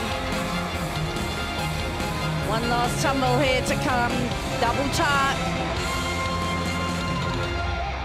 Well, I don't think quite precise enough on the landings. I did actually think that the performance of the floor routine was the best I've seen from Kovacs here, but the precision on the last two landings wasn't there. Yes, absolutely. And again, you know, they've had a heavy programme, these gymnasts, and a little bit of tiredness starting to creep in. It crept in on beam, I think, for Jess. And sometimes you just need a little bit of a fall just to wake you up and get you back in the game. And it was perfect timing for Jess. But yeah, full of character, very charismatic gymnast. I love the construction of this routine, Christine, because it's not just about the tumbles. She is a great performer, but unfortunately there, out the floor, will be costly. Well, there's 4 gymnasts left to go in that floor final. Cofton goes into the lead, 15.166. It's huge, not quite as big as the score he put up in the all-round competition, but that's going to challenge definitely for a medal. And now on parallel bars for Romania, Andrei Mutian. Andrei Mutian of Romania next to go. He's been on the scene for many years. His first European final was back in 2014.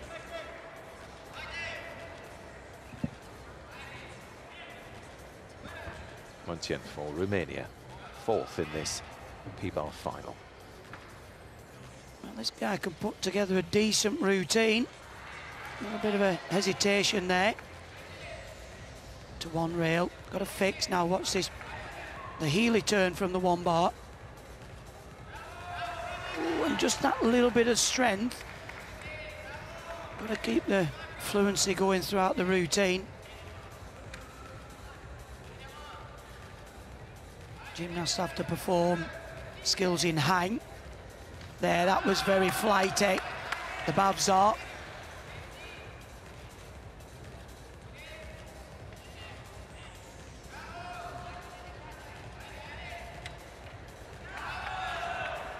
Very fluent there, the Tipelt skill. Blocking out in the handstand. Double pipe back. Few little adjustments at the start. Whether it's enough to get a medal, I don't know, but we'll have to wait and see. I think Cofton safe with 15.166 at the moment. The Romanian artist on Yes, I would agree. I think, like you said, Craig, a few jitters at the beginning, but the back half of that routine really came into its own. And I think he's just a little bit down on start value, some of the gymnasts. Cofton 6'3". You've got the guy, well, the Turkish guy at top qualification, 6'5", Ferhat. Harry Khan, but we have seen him falter in the past, struggle with a bit with consistency. So we have got some big parallel bar workers to come, and of course, Jake Jarman can put together a tidy routine as well. Yeah, they'll all be taking part in the second half of this final. There'll be a warm-up in a moment once these scores are in.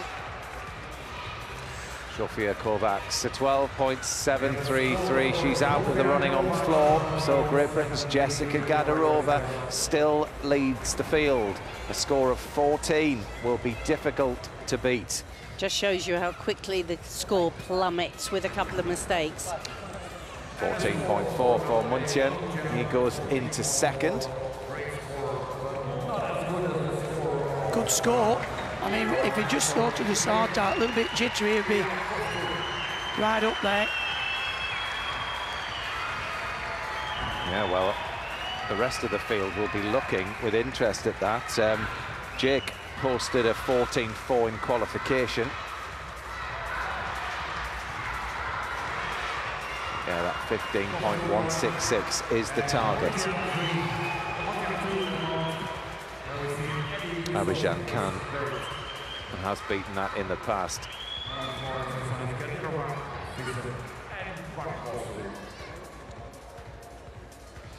13.466 looks like that's going to be the benchmark for a medal.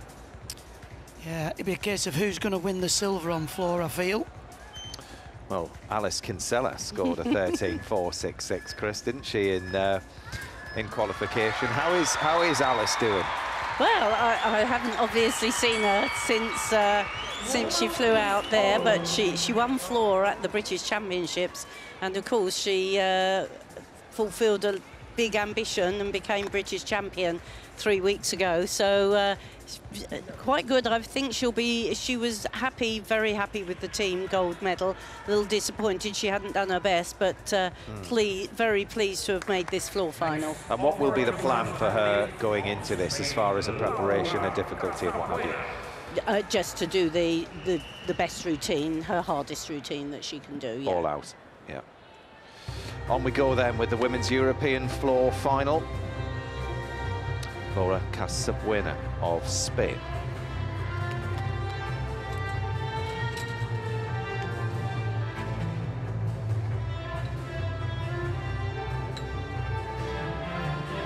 This is a very popular floor routine. Full twisting double pike to start.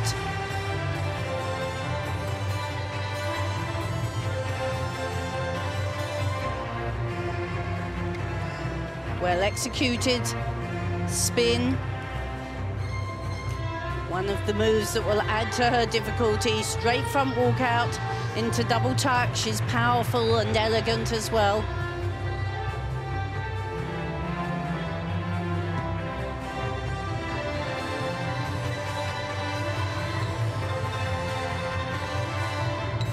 Very nicely into the tumbles, not such a difficult tumble, just a double twist.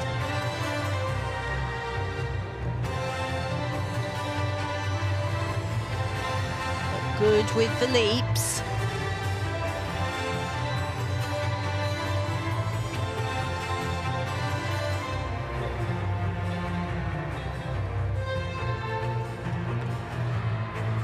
Here comes this final tumble, double pike back, easily landed. Oh, very charismatic floor routine. Laura Casabuena, she's 17. These are her second European Just 17 years old. Done very well to get into this top 8 at the European Championships. Yes, her difficulty level a little bit lower than some of the others, just a 5.2. Lovely transition there, though. The straight front somersault walk out. You really have to do work out of these somersaults to power the round off flick to stand up for a double somersault. Be great for her to get into the 13s in this final. Well, she qualified in the last place spot, and when you get into a final, all you want to do is improve on the qualification, and then you know you've done a good job. 13.1, so anything above that, you know, will be a good day at the office. So Alice has G'd up after Jess's performance to wow us, because Christine, she can put together a brilliant floor routine. Yeah, very different style.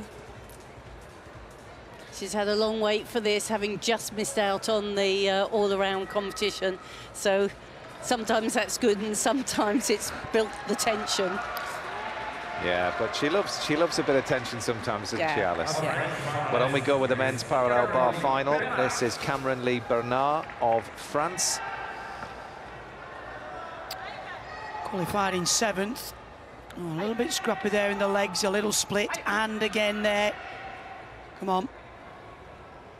Quite a tall gymnast. That's better. Nice straight arms. Locks out into a good handstand, but just that little shuffle there is even a 10th. That's good, precise work.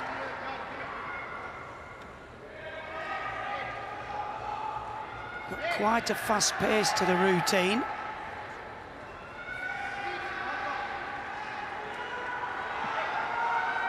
Huge double pipe back. Hot back, he's happy with that.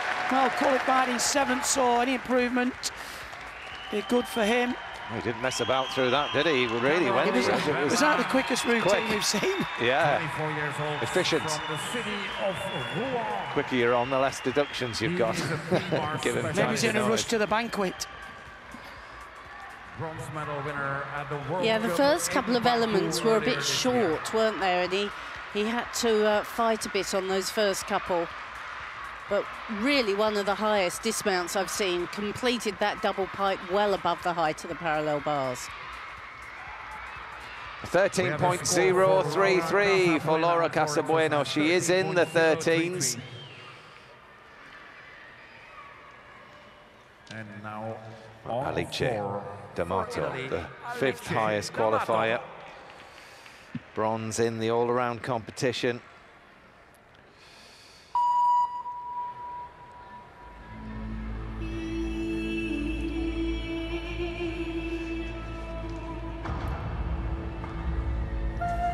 Oh, and a very good spin combination to start.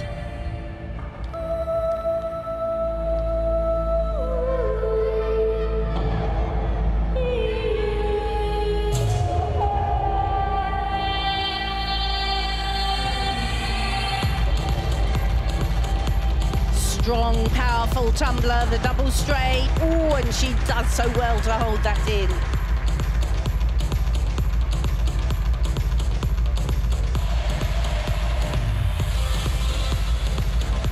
Another big, strong tumble, triple twist.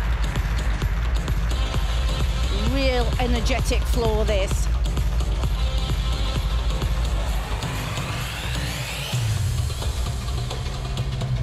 Now the gymnasts have to include a passage of leaps.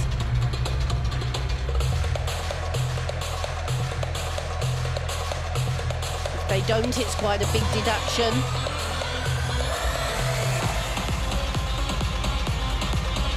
Very clean with all her placements, and there's her forward tumble, handspring double twist in front.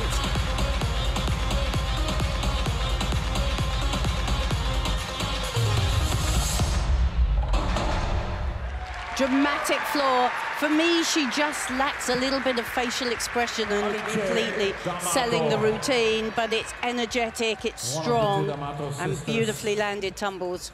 Well, she won a gold medal on the uneven bars yesterday.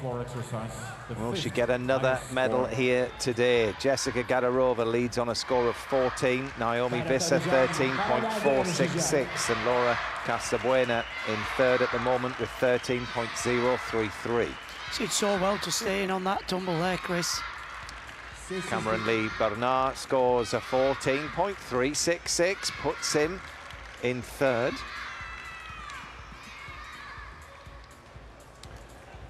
But Eslad will have something to say about that for sure. Ferhat Aurajan of Turkey.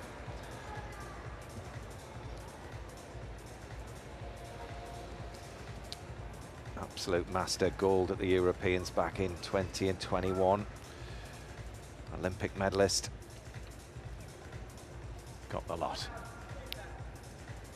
He does work well from the upper arm there. In the full turn. To the half turn. Again, another tall gymnast, but really does work this piece of apparatus well. Oh, well controlled. He has the most difficult routine in this final, huge 6.5 on difficulty. And that's why all the skills from the one bar just lift the difficulty level another notch. Very precise in the handstand. Not a flicker, just that there, that's 1/10 only. Watch this. Huge double front with the half turn. Come on! Well, it's going to be a big score, and it needs to go above 15.166. Yeah. I think it might do. Well, Cobden did what he could for Ukraine. 15.166 is that golden score. The Turkish crowd thinks he's done enough. Keep waving those flags and let the judges see you. In Tokyo on parallel bars. Two-time Olympian. I mean, it was pretty flawless until the windmills with the arms at the end. Great precision on the apparatus. And look, he's got lots of time in the air, hasn't he? Nothing looks a scramble. Well, actually, the last competition, when he went to that one bar, he fell off in the last major. And we have seen him be a little bit inconsistent because it's such a difficult routine. But that's probably one of his best. Will be a medal for certain, but what colour? We have a score on floor exercise. Yes, there it is. Alice D'Amato in third as it stands. 13.433.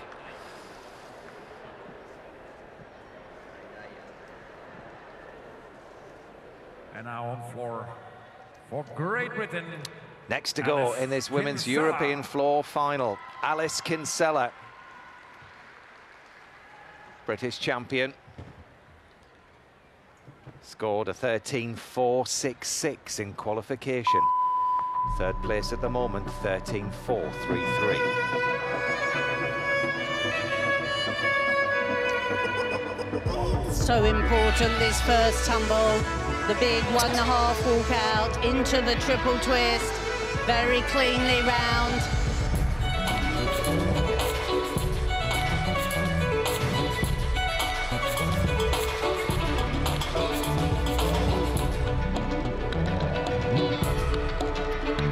It's the tumble that includes a forward element, has to focus hard. 2.5 twist, into full twisting front, very nicely landed.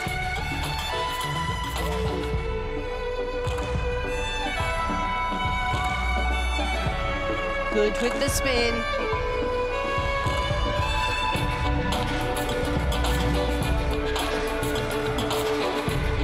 Needs to get around this full turn, very clean.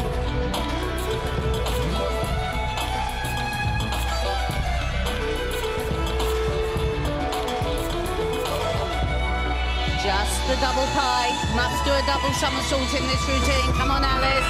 Lifts, lovely landing.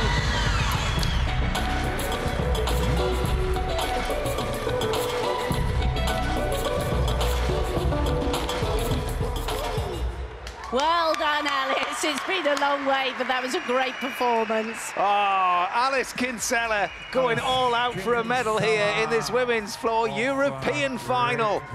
I tell you what, it was classy, Chris. It was classy. She's happy with that. I'm very happy for her.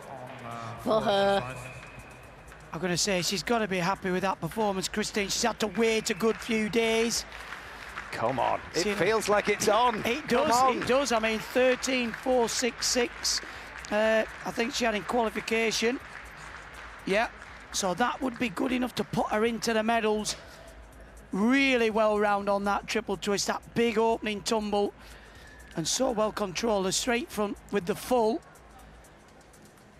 Again, look at this. Wraps in there. And we've seen her come a cropper in that in the past. That was great work. Arijan scores a 14.933. It's second.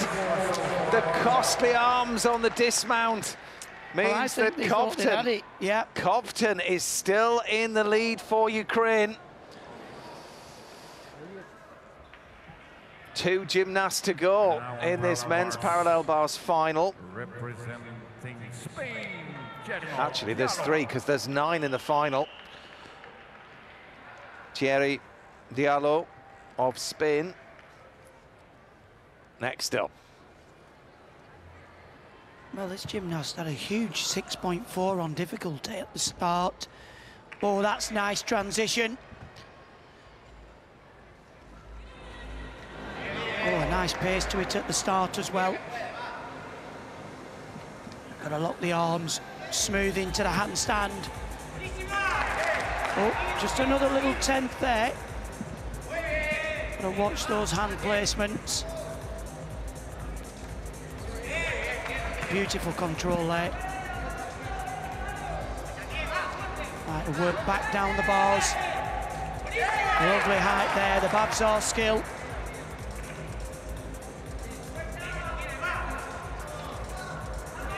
Traditionally, Spain have never really featured on parallel bars, but that's a super routine. That has got to take a medal. That was fantastic from start to finish. Huge difficulty, as you said, Chris, but Craig, and executed brilliantly. Spanish dynamite on First major final, and to come out with a routine like that. Well, he was sort of quite understated, wasn't he? Just got on with the job. He's 22. Well, he scored a 14.7 in qualification, but I think he's gone up from that. Super technically, legs, look how those legs are locked together. Great finish. From Spain.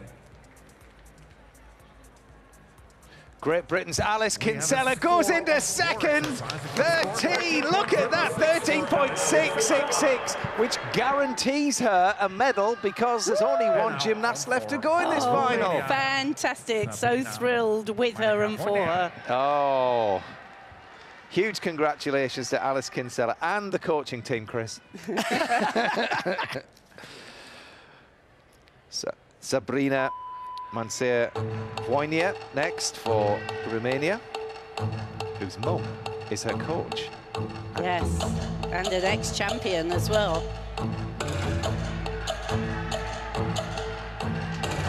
And she's got a very big start value. Double twisting, double tuck to open.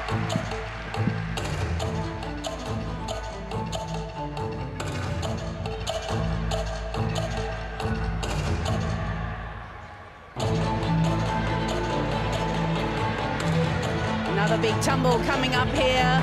Ooh, full twisting, double straight. We're really seeing it all put together here. Little hop on the spin.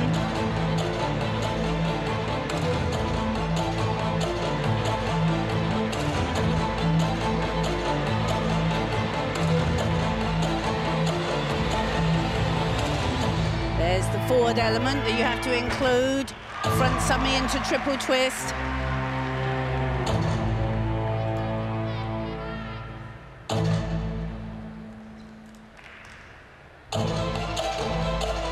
Big, strong leaps.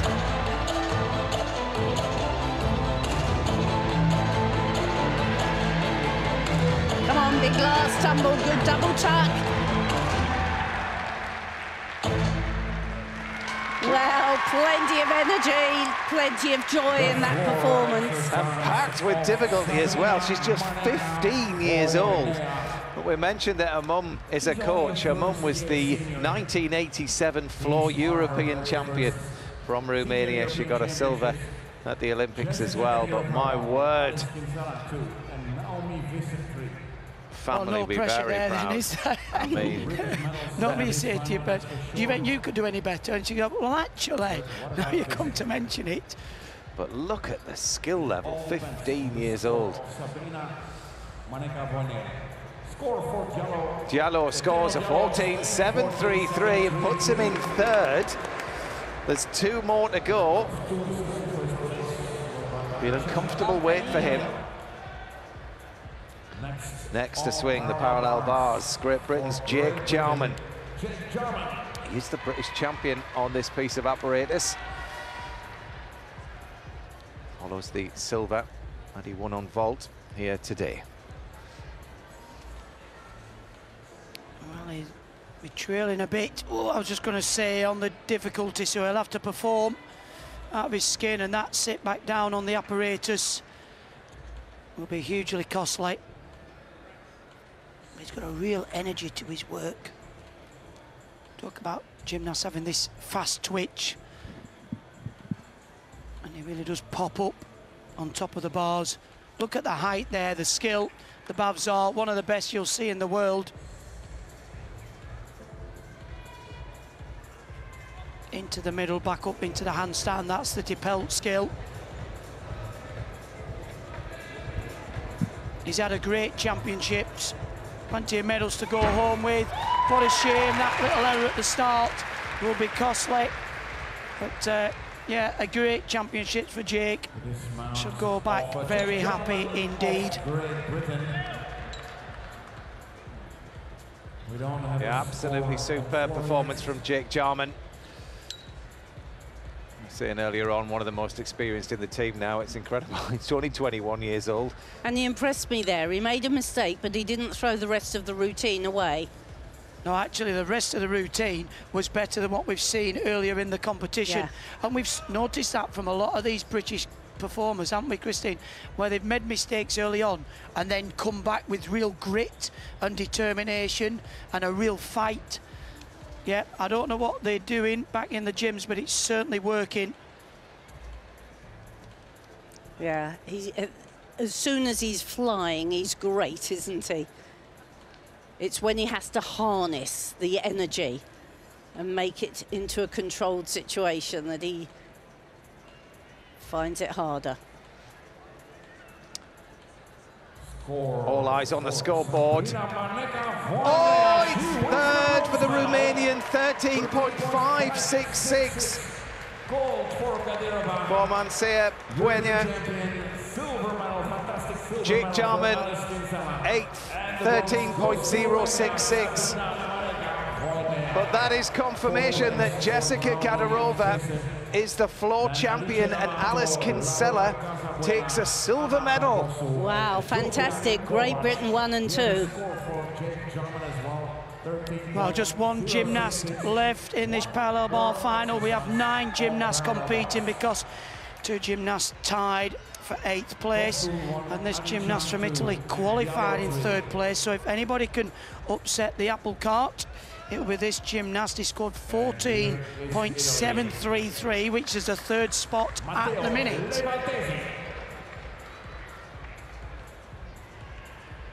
Matteo Levanesti of Italy. Smooth transition, will need to be very precise. Oh, what a shame there, big skill.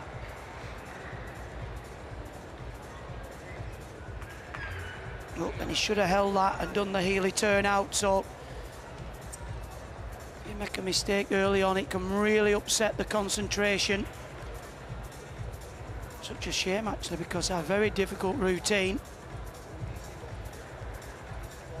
This will have really helped the Italian team take the team title on day 1. Full of originality. Such a shame. A story of what could have been. Big dismount. Disappointing for the Italian.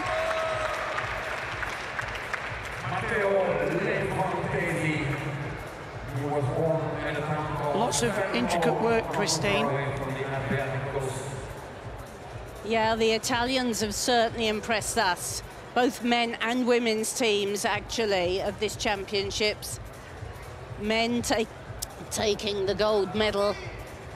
And they've shown lots of individual flair and skill on Apparatus. Sure, they're going to be a challenge for the Olympics next year. Yeah, and missing the main guy from their team, Bartolini. Yep. Sat out this championships. But I mean, what a result for Great Britain there.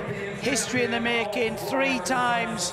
The history, literally, not just for Great Britain. No, the gymnast has become European champion on floor 3 times in a row. And then Alice to come in and just take the silver medal. I mean, that was a fantastic performance from Alice. You must be so proud, Chris. Oh, absolutely. Really thrilled. So, confirmation, the European champion on parallel bars, Ilya Koftan of Ukraine. Silver for Ferhat Arikan of Turkey. And an impressive performance for the bronze, Diego Diallo of Spain for the bronze. 3 in a row, and Great Britain 1 and 2. Huge congratulations to Jess and Alice. But what a floor final. It had the lot, didn't it, Beth? It did. It was an incredible final, and they both had to go out and do their performances, and Jessica has just gone better and better with the scoring, and Alice's routine today was it was spot on. It must have been quite tricky for Alice. We'll get to her in a second, but we'll start off with Jess and have a little look at this routine, because as you say, I mean, she's excelled. This was the highest score that she's put in at the Euros, scoring a 14. Yeah, I mean, every time she does this routine, it just looks, it's not a simple routine at all, but she makes it look easy. She's comfortable with the routine, she's comfortable with the tumbles, she knows exactly where the landings are, which then allows her to show off the routine. And you keep hearing in the commentary that how many marks have been awarded for the artistry side of it. She's so sharp, isn't she, with her movements as well? I mean, just almost gaining tenths with the way that she's performing as opposed to, you know, having them deducted. Yeah, those tumbles, you know, she's bang on, nails them every time. She knows where she is. And then, you know, with all these dance bits and, you know, it's a performance. She's done this routine so many times. It's second nature. She's really just showing it off now. We were talking, weren't we, last night, Johnny, of what you remember of your World Floor final, and you were talking to yourself all the way through and how kind of present you were and how you had to keep yourself in check as you get nearer and nearer to the end, knowing it's on. Yeah, absolutely. I mean, you have to keep talking to yourself, because some tumbles, you know, like right here, she may be a little bit tired, so she may have to tell herself, you know, okay, I've got to give this one a bit more, I've got to give this one a bit more. And yeah, you're just talking to yourself throughout the whole routine. Do you think she knew at that point that that was it, no one could beat her? You would have thought so. I mean, she's been so much further ahead of the field by like 2 or 3 tenths. And today she went out and did pretty much a solid routine, and it was getting better and better. So actually, yeah, I think, but it's still a nerve-wracking wait, even, and because she was so early on in the field, I think she was second up. So you still got to sit and wait. You never know in finals. Some people do just add an extra twist here, an extra twist there, that gives you that extra difficulty. So until that final scoreboard shows, but yeah, history made 3 times. Three in a row. And you know, we wondered, didn't we, with both of the Gadarovas, actually, with all the attention and what they were achieving at such a young age, whether or not it was going to be all right for them in the future. And yet here you are seeing Jess just getting bigger and bigger scores, even through the championships. I mean, the prep, the timing has been perfect. Yeah, I mean, she's got a great kind of support network around her, with her club, with her coaches, and obviously having Jen, her sister, alongside her, it kind of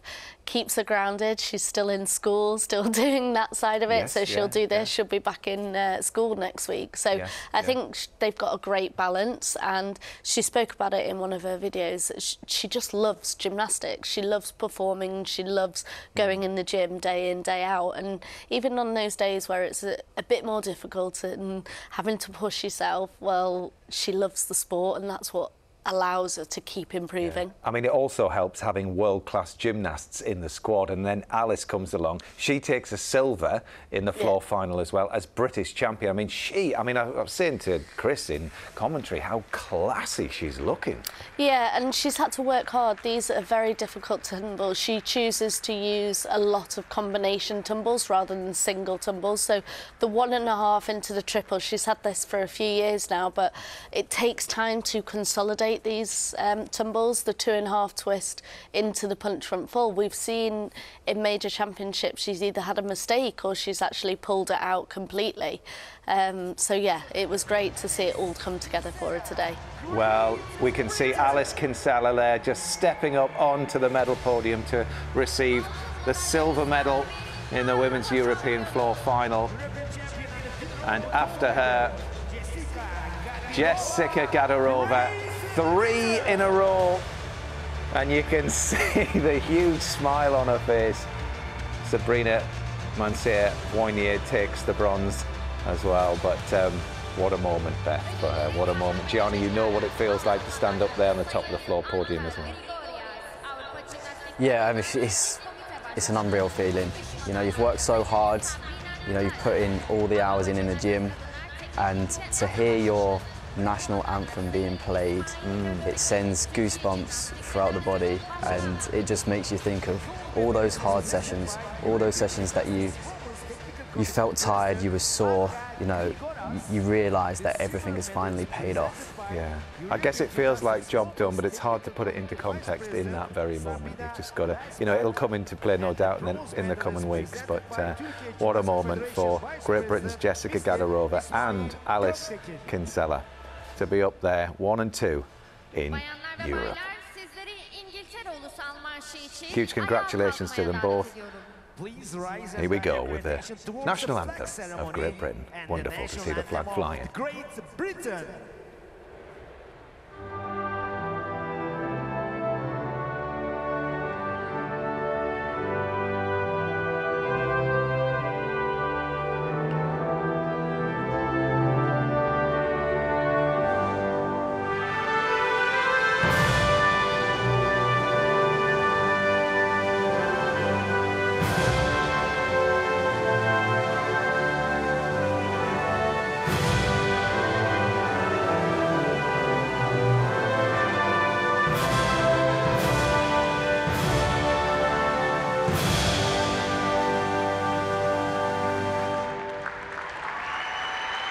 Tüm sporcularımızı tebrik ederiz.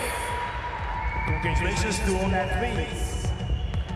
Incredible when you think back, Beth, because, you know, you were without question a trailblazer in this world, and you've got these gymnasts that see what you do and they follow on. Did it feel at the time like you were, you know, changing the way for British gymnastics? No, I don't think so. I think we were talking about it last night. You always live in the moment, so you do the competition and then it's right, that competition's done. What's my next goal? What's the long-term goal? So obviously there was a generation of gymnasts before myself that started to make finals. I then took it to another level, picking up the medals, but these guys are taking it a step further. They're not just winning one medal here or there, they're doing it consecutively, and a group of names, and I think that's what really plays into the strength of the British team at the minute. You're not relying on one person on a couple of pieces. You've got the whole team that have got medal chances. I mean, you look at how many different names that we've had in the finals. But that started with you, to be honest. And I mean, you know, Gianni, you'll know, because obviously you've grown up in a different generation to the one that Beth did, where actually it was very possible for you to medal at European level. I mean, you know, remember you at the Europeans, the Junior Euros, the Youth Olympics, all of that. I mean, it was a time when it was all possible for you. Yeah, for us it was possible. It was what we wanted to achieve and what we could achieve. You know, looking up to the likes of Niall Wilson, above that Sam Oldham. You've got the generation of Daniel Keatings, Lewis Smith. Yeah. They were winning medals, European medals, world medals, and for us it was, we can do that. This is possible. You know, they gave us that belief that we could do it, and for us, we worked hard, and we sort of, you know, we followed in their footsteps. We have actually got some footage of you, Gianni, a long time ago, which we'll see in a little while. I think are they with Betty now? Oh, in a couple of minutes. I mean, they're celebrating, of course, so they're going to take some more of those Instagram photos, no doubt. They're constantly doing some selfies. But yeah, we were just saying there, Gianni, obviously it's hugely possible now, and it never was, Beth. So well done in changing the game of how we did it. Now they are with Betty Glover, so let's have a word with Jess and Alice in the wake of that women's European floor final. Thanks, Matt. We're going to go to Alice first. Alice, a massive performance, silver medal. Can you sum up for us how you're feeling? I'm feeling absolutely like just feels so surreal. Like I came into this final not really expecting much. I just wanted to go out there, enjoy it, and get the experience. So to come away with a silver medal behind this lovely gymnast, it just feels so amazing. A good way to back up your British Championship title as well, right? Yeah, definitely. I think that's probably one of the best floor routines I've ever done. So I'm just super chuffed. Why do you think that was? What was different for you?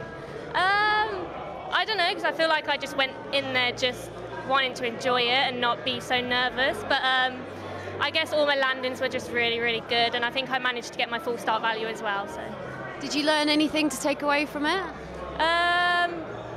Just to enjoy it, honestly. Like, you don't want to go in there thinking too much and overthinking it. Like, that's what I normally do, and sometimes that's when it goes a bit wrong. So honestly, just go out there and enjoy it and get the experience from it.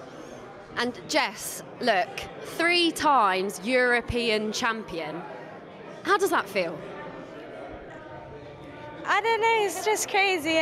Even from the first time, just to even be floor champion was just amazing, and just to keep defending it at the moment, it's just so crazy, and I just can't believe it right now.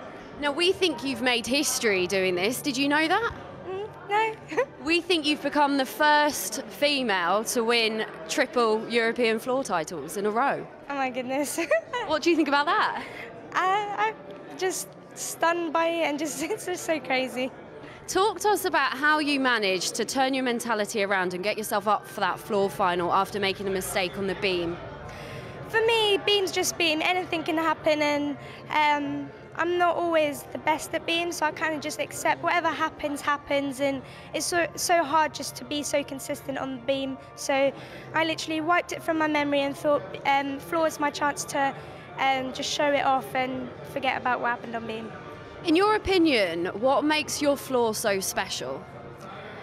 I think it's the artistry that helps me. I'm so expressive. I like to make the judges feel like they're in the floor routine. I always look at them, give them emotions, and really express myself through the dance, and also just doing the big powerful tumbles at the same time. It's the eye contact with the judges that we love. Alice, what do you make of Jess? Oh, honestly, Jess's floor is just so unbelievable. Like, her artistry. My favourite bit is the bit at the start, the very first bit where she's like looking at the judges. Honestly, yeah, I just love everything about Jess's floor, and obviously her tumbling is amazing. It's the sumo squat as well. Yeah, that's oh wow, what I'm talking thanks. about. You know. Yeah. I love that. And how are you going to celebrate tonight? Are you going to do anything nice? Yeah, just spend time just enjoying the hotel, and I think just enjoying the pool and the sunshine tomorrow. Perfect. Well, congratulations, both of you. Thank you. Thank you. Enjoy every single moment of it. I bet after a huge competition, when you've had a massive build-up and it just ends, I mean, it must be quite a bizarre experience, is it? How do you normally cope with it, Gianni? It's a little bit relief. Yeah. Obviously, you know, coming away, especially when you've had a successful competition. But yeah, it's like, you know, you're working for this for months and months, and then it all comes to an end, and you're kind of like, you're excited to get home and share those medals and results with your friends, your families, and sometimes your coaches that can't be out there with you. Yeah. But yeah, I think it's just relief. It's relief and excitement. Is that the same for you, Beth? Yeah, I think most of the time I used to take a few days off and just I don't know, catch up on life and just seeing your family and friends, and then it really depended on what the competition schedule was. I mean, these guys now have got obviously the World Championships in October, but they've also got trials prior to that to get selected into the team. Yeah. So I think they start around August time, so they have got a bit of time to go home and chill out, and depending, most of them have got their routines now set for the next year, but sometimes it's having a bit of playtime, working on upgrades and seeing what you can get into routines. It's the fun time, I used to think. Yeah, well, there's no doubt about it. Jessica, Alice and the majority of Team GB are all gym stars. Talking of which, there's a brand new season available now on iPlayer. Have a look. Gym Stars is back with loads more action. Follow the UK's best young gymnasts both inside the gym and out. Go behind the scenes with Amelie on her nail-biting journey to Olympic success in Tokyo. I'll take you through our journey. Stay tuned. And feel the strength, determination, Alice's dedication to gym is just awe-inspiring. and talent that it takes to be Gym Stars. Watch now on BBC iPlayer. Have you both been on Gym Stars? Surely you have, Gianni. I've done a little bit of filming for Gym Stars, but yeah, I've not done like a full episode. I think I was one of the gymnasts, like idols, and they looked up to me. I don't doubt it. I think that was me, Gianni. Goes without saying, Beth, you're a big fan. Totally. But it's interesting. I mean, when you think back, we talked about Jessica and Jen, you know, and how gymnastics has kind of been there for them in those formative years. And really, it's been a big part of their life, and it's been life changing in so many ways. How did you get into the sport way back when? I think like most, you've got a lot of energy and your parents are trying to try and channel that energy. So tried lots of different sports and tried gymnastics at the age of 7 and then, yeah, never looked back. I mean, yeah, thanks for this. This was 2001. Yeah, 22 years ago. How ridiculous. You wouldn't believe it. You haven't changed a bit there. No, but I suppose moments like this are quite vivid, are they, in your mind? Yeah, I mean, this was my first World Championships, and that expectation was to go and do the best routine. There was no expectation to kind of make finals. Yeah. Look at this lad here. Go on, Gianni. So this was Nanjing, 2014. And some of your first international experience. And, I mean, look at you there. Very impressive. Yeah, I remember just wanting to go to this competition and just make a final. Like, for me, I just wanted to make a floor final. And then I ended up qualifying first in all round. And I was so shocked. And then it became a thing, I've just qualified in first for all round. Yeah. I can really win this. I can go out there and do it. And for me, then it completely changed. It was going there to enjoy it and try and make a floor final. So then, trying to win the all-round. Yeah. And so then, when you move from juniors then into the seniors, how do you kind of, or what was your experience of kind of being welcomed into that senior squad? And with that in mind, how do you welcome the new lads like Harry and Luke that are coming? Because you've got an unbelievable team spirit.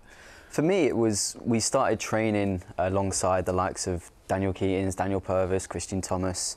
And the British Championships, we had the Masters, so you could make finals against those guys that were seniors, and I made floor and vault consistently over the years, and I was competing against those guys.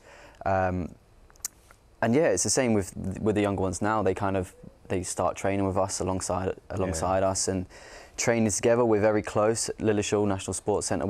That's where we have our national camps, and we just train together as one big team.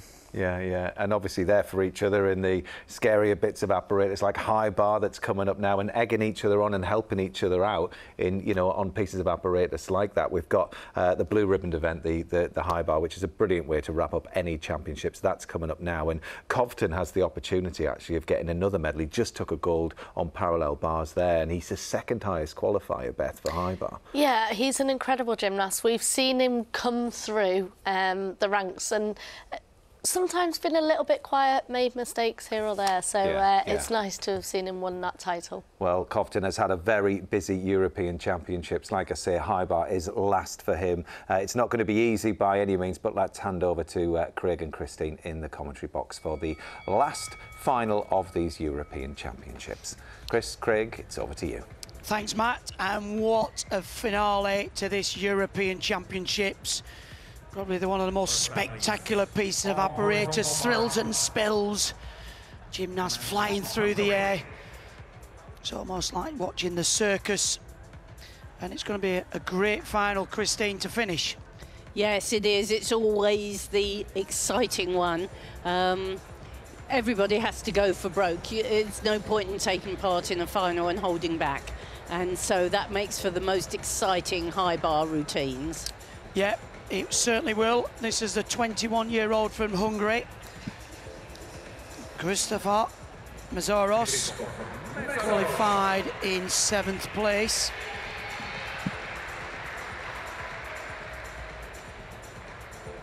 So to get this final piece of apparatus underway,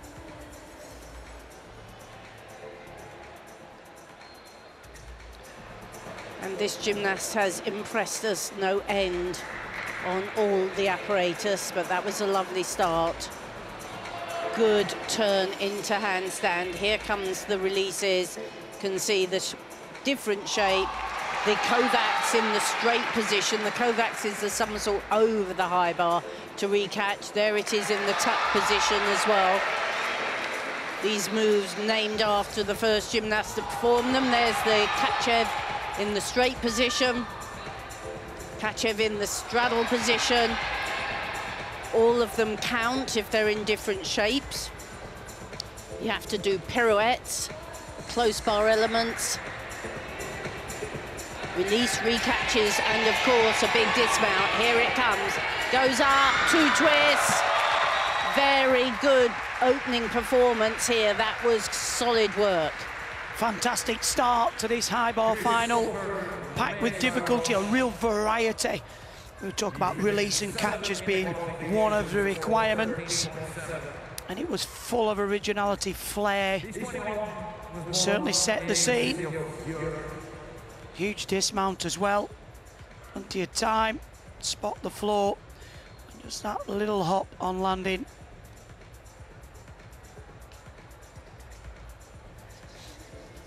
One down, 7 to go, Matt. Yeah, Mezerosh fell twice in the all-round final. So just happy to get through that, I'm sure of it. Well, he certainly put those mistakes right there. It didn't look, I do remember the falls, but he didn't look tentative in any way there.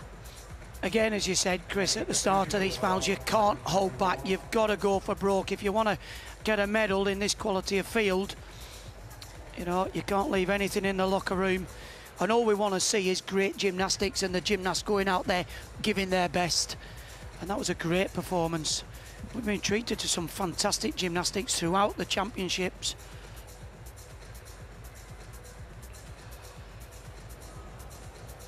Mezerosh was 17th in the all-round competition. 7th highest qualifier. And Hungary at one time were a real top force in gymnastics, and they've been quiet for a while, but certainly are on their way back, I feel now. Certainly on the women's side, there's been lots of medals for them. Well, a 13.666 is just down on his qualification score. And the next gymnast, 28-year-old Lithuanian Robert Svoboda. He actually withdrew from the all-around final. He's had a silver at the Euros before.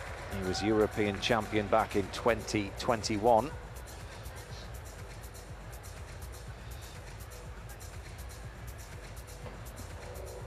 Again, it's a very difficult piece of apparatus to get a big score on. Really have to hit the handstands. See, a little bit late past the bar, so if you imagine the handstands 12 o'clock, that's better. And he connects, straight Katchev, straddle Katchev, stoop Katchev, 3 in a row, it's big stuff. Into the bar, gymnasts have to perform skills in and around the bar as one of the requirements. Oh, and then, well, what a shame. He was going so well up to that point. He just went for the third element, didn't he, with not quite enough swing to get his legs in. Yeah, looked like he just ran out of steam. Might see it a bit here. That's the Stalder element. And yeah, you see, Christina just shot his feet out a little bit too early. He didn't really get them in, did he? You have to get your feet in behind your ears. Well, one full mark, but he's back on the bar. That's the skill he wanted to perform, the Stalder element. Such a shame, he'd done all the hard work, super dismount to finish. Well, a story of what could have been. There'll be no title for him this year. So frustrating for Robert Svoboda. Not sure why he pulled out of that all-around, but maybe he's just not on top form at the moment. Well, I think some of the gymnasts, if they feel they've got a chance for medal on one apparatus, they'll sort of save themselves for that, rather than if they feel that the all-around isn't something that they could figure in the top 10 on.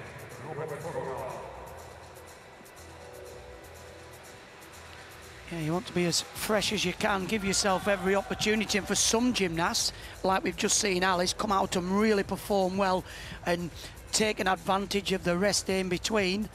It just didn't work out for this gymnast.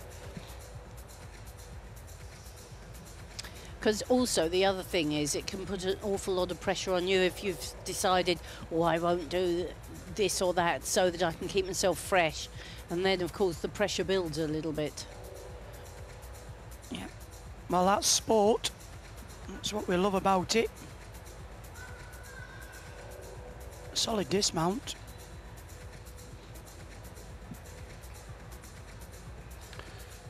Well, 28 years old.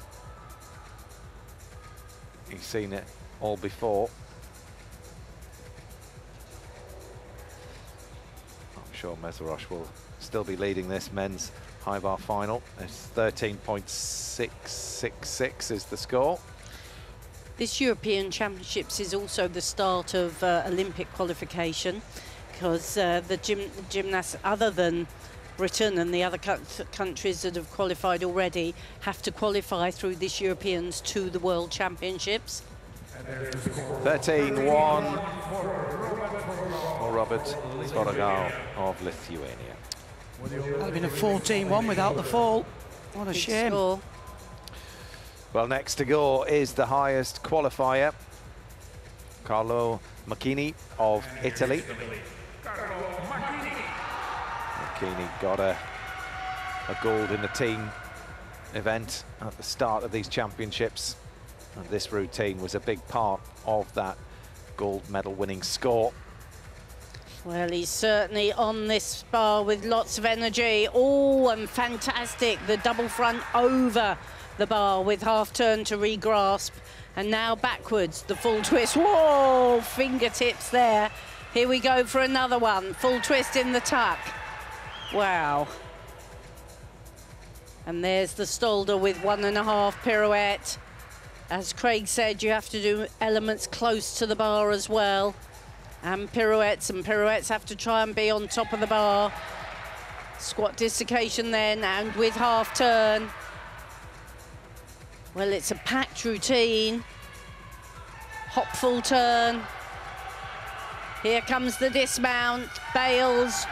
Huge double straight with full twist. Don't put your hands down. Oh, it had the lot, didn't it, that routine? It did. Dear me, I was on the edge of my seat for that one. Well couple of fingertips early on there, but that was fantastic, wasn't it? Lots of originality. The first release, he pulled a bit close, didn't he? Caught on bent arms, but he powered out of it. Dear me, didn't hold back at all there. Packed with difficulty, posted a 6-1 in qualification and certainly matched that.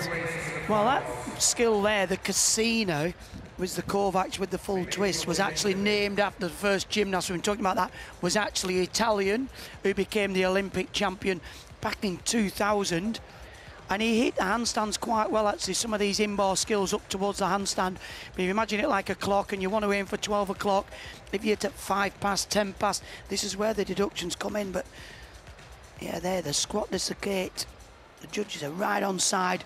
That was a good position. Certainly going to go on to the top spot.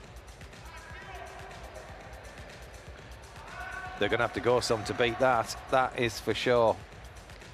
Beautiful form in the dismount as well.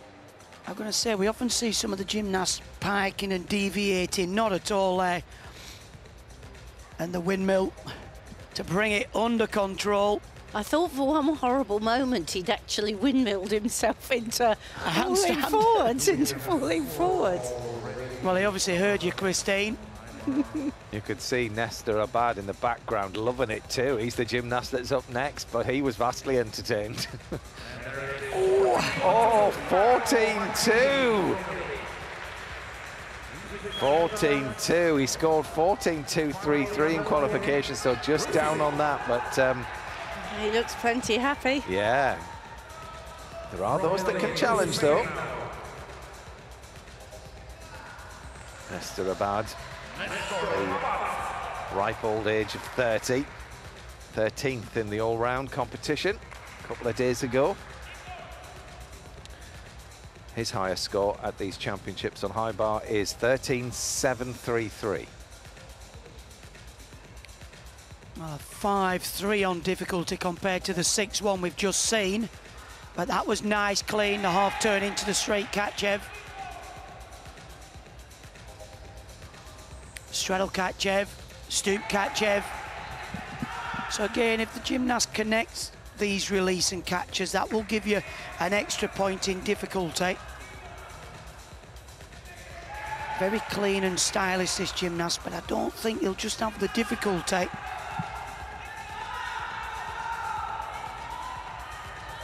Lovely full twist in the dismount, and he took that step back and then well, that won't fool the judges, but a nice clean routine. That won't challenge in my mind. It was neat, wasn't it? Yeah, he didn't give much away to the judges. The execution score should be pretty good, I would imagine. Although this is another apparatus where the judges seem to really have massive deductions. They certainly like using the ink in the pens, don't they, Chris? It's all the turns, like you were saying, Craig. As soon as you turn and you're not at 12 o'clock when you put the second hand on, because it's when the second hand goes on. That's a lovely release. And this series of releases were great. But I don't know whether we're going to get shown here, but they actually take the pirouette being finished from when the second hand goes on. He's got a great extension at the back as he catches. You can see how he drives the heels back.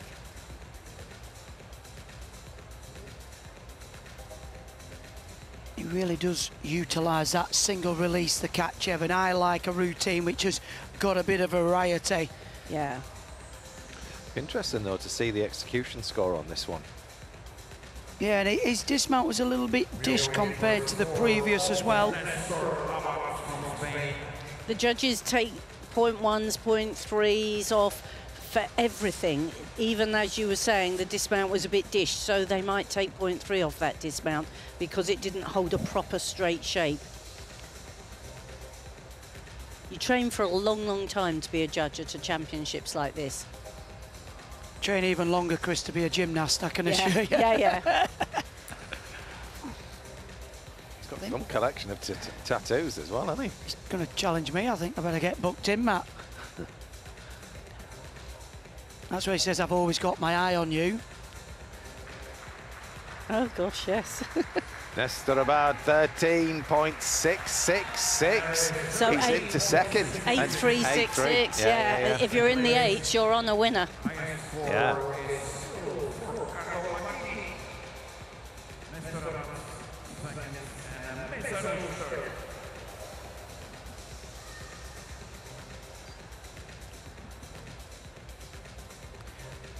So our next 4 gymnasts will be warming up on the high bar. You know what they have to do. I think there's only one gymnast really there, guys, that can challenge that. Kovtan. Last up, he's at a 14.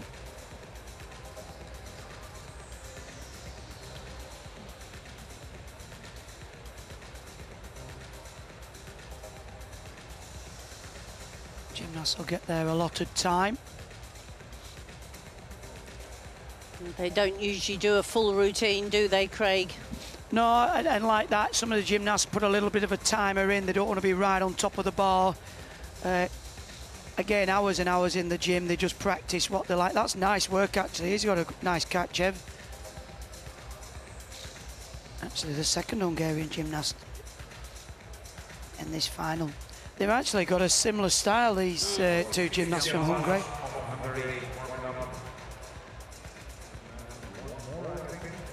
Very light frame tends to give you longevity in gymnastics. There's the bell. Warm-up is over, and if you've just switched on for the World Championships snooker, that's going to follow the conclusion of the gymnastics here. So if you're new to the sport, hello and welcome. Enjoy the remaining high bar final at these European Championships. And the next gymnast is pretty handy on this piece. Tin Servic. He was world champion back in 2017. Took a silver at the Olympics as well. And he opts to get himself up onto the bar. Tin Servic of Croatia. Immediately with that full turn and the squat dislocation. Oh, Stolder Kachev. And again, third one. Really good when you link 3 releases in a row. Full twisting Kovacs, that was solid as well. Didn't have you sitting on the edge of your seat. Gymnasts have to swing in a forward grip as well as a backward grip. And the more you can link the elements, the bigger your difficulty level will be. Here comes the dismount. Really clean double straight with full twist. Mr. Efficiency here. It's going to challenge that because that was absolutely beautifully performed. Yeah, and I think he's added the full twisting callback since we first saw him. I remember it just being a very one-sided catch-up routine, and he had 5.5 in qualification. I think he's raised it a little bit, but execution there was fantastic for me. Lots of variety. Yeah, should definitely go into the medals. Is it enough for first? Well, it's going to be close. Carlo Maccini leads this men's European bar final with a 14.2. Nestor Abad's in second, 13.666. And Mezoros of Hungary, 13.666. And the leader at the moment had a difficulty score of 6.1. Now, if Srbik gets the same as he did in qualification, it's 5.5. So that's quite a big difference, isn't it? He did 6.3 actually, Chris. He's up yeah, there. he changed it. Oh, did he? The final, yeah, 6.3. So again, you've got that bit of a cushion, so you can lose the odd 10th. That was superb, though. This will have a good E-score. I mean, the top E-score's 8.366. Yeah, well done. Yeah, I think he's going to go in above Nestor, isn't he? Oh, yes, I think. Be great for Croatia to get a medal here. Going to be close. 26 years old.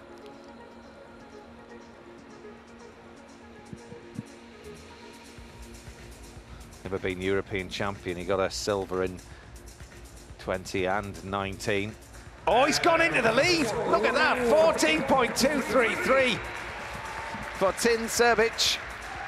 But you were right, Craig, he upped the difficulty. 4/10, he upped it and matched Abad on the execution. That is huge. That's a worthy leader. Great routine. Well, it's not over yet. There's 3 gymnasts left to go in this final. Sofis Hegmanez is chalked up and ready for Norway. And he can swing the bar, that's for sure. He can. This guy's quite flamboyant. Expect some fireworks. Oh, lovely height there, straight over the bar, the straight Markelov. Oh, a lovely full twist in the Kachev, huge difficulty. Look at the height there, drifts above the bar. A little bit close on the second one.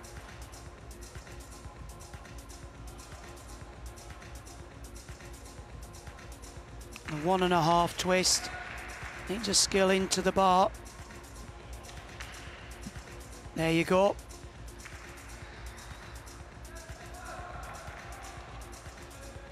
And another, stalled it. Winds up now, going to be a big dismount. What's he going to do? Kicks in. Oh, what a shame. Double twisting, double straight. He was going some. Oh, we were all with him, weren't we? Right to the finish there. Goodness me, what a shame for Sofis Hegmanez. Well, he looked so tidy and tight, didn't he?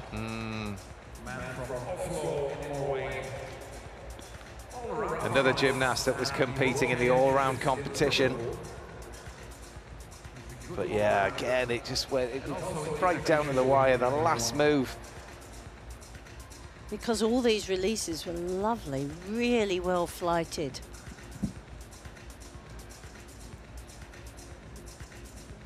Super shape there. Catches and extends back, ready for the next move. Nice work. What a shame.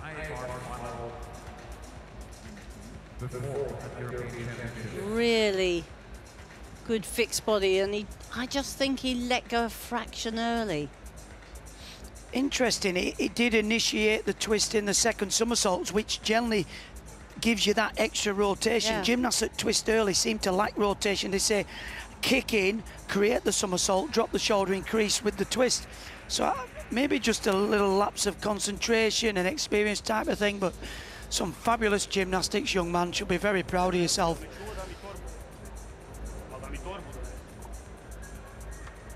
He's exciting to watch. We've watched him before and we said this guy's exciting. He's a little bit different, isn't he? Is, like you said, quite flamboyant. 12.933 for Sofus Segmenes.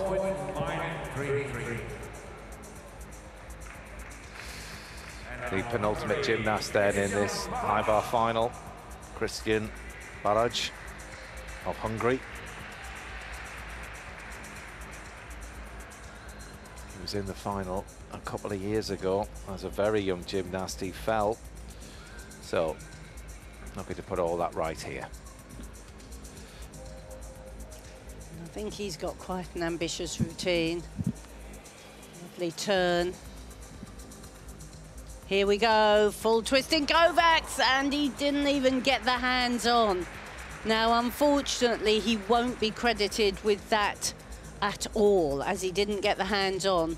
So he might actually decide to do it again. He just kicked back over the bar. Actually, he did that in the warm-up as the timer.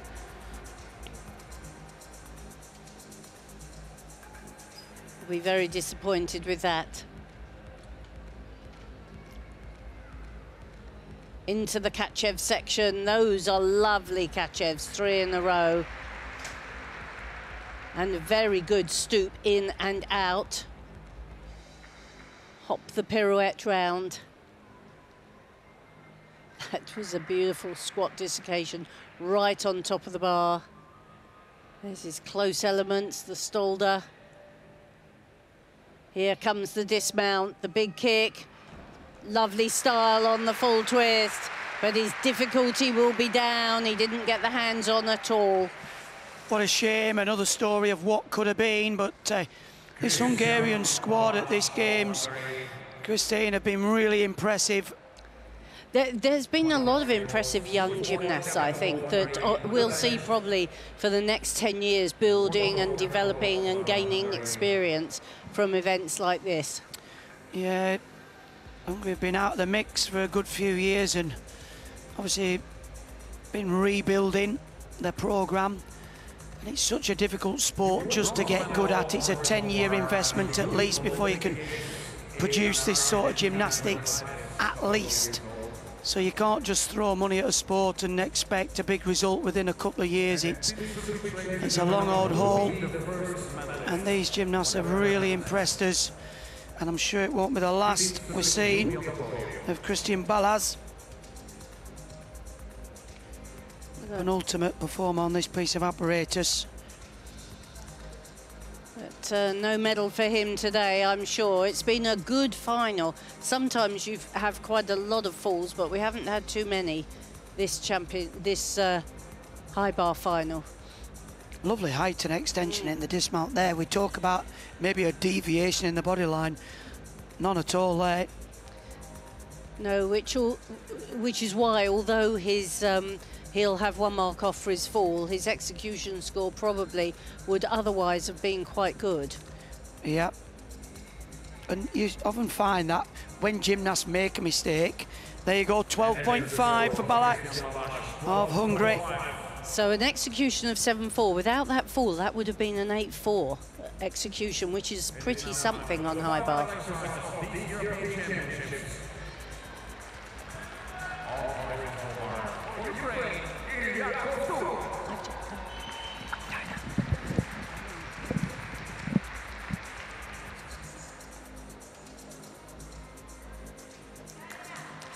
So final competitor of this European Championships, Ilya Kovtun from Ukraine. Bronze in the all-around, champion on the parallel bars. Can he add another to the collection? Oh, huge height there in the Markelov, drifts over the bar. Changes the body shape. Straight Kachev, straddle Kachev. Pike Kachev, he's going for everything.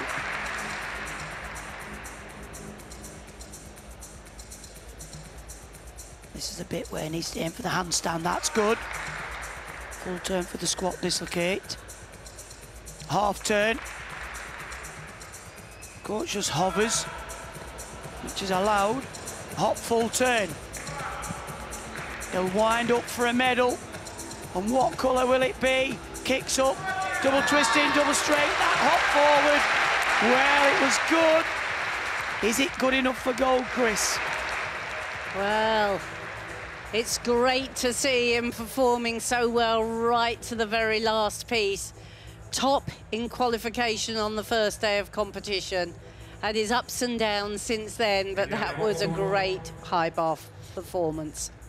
Well, he needs above 13.666 to get the bronze, and I think it would probably be good enough for that. I think if he'd have stuck the dismount, I think he'd have been a real contender for the title. Just down a bit on his difficulty. 5.7 in qualification. And it's always difficult when you do the in-bar skills, the turns up towards the handstand. He can quite easily be penalised by the judges. Super height there.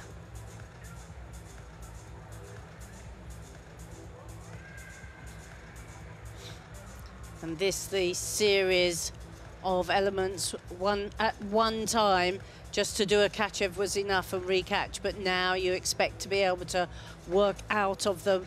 See a huge shape change for him to do the dismount. Double twist, he's a good, fast twister. Big hop forward. Rest of the routine was pretty good. I think the judges might take something on the squat dislocates with the turns. We'll see.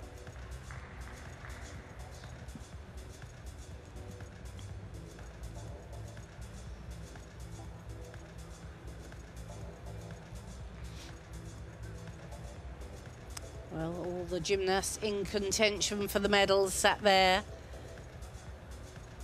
Wait to see which way this goes. We've got a panel of judges. Judges have to be from countries where the gymnasts who are in the final don't come from. So it's a different panel from those we've had in the all-around competition. Well, a nervous wait.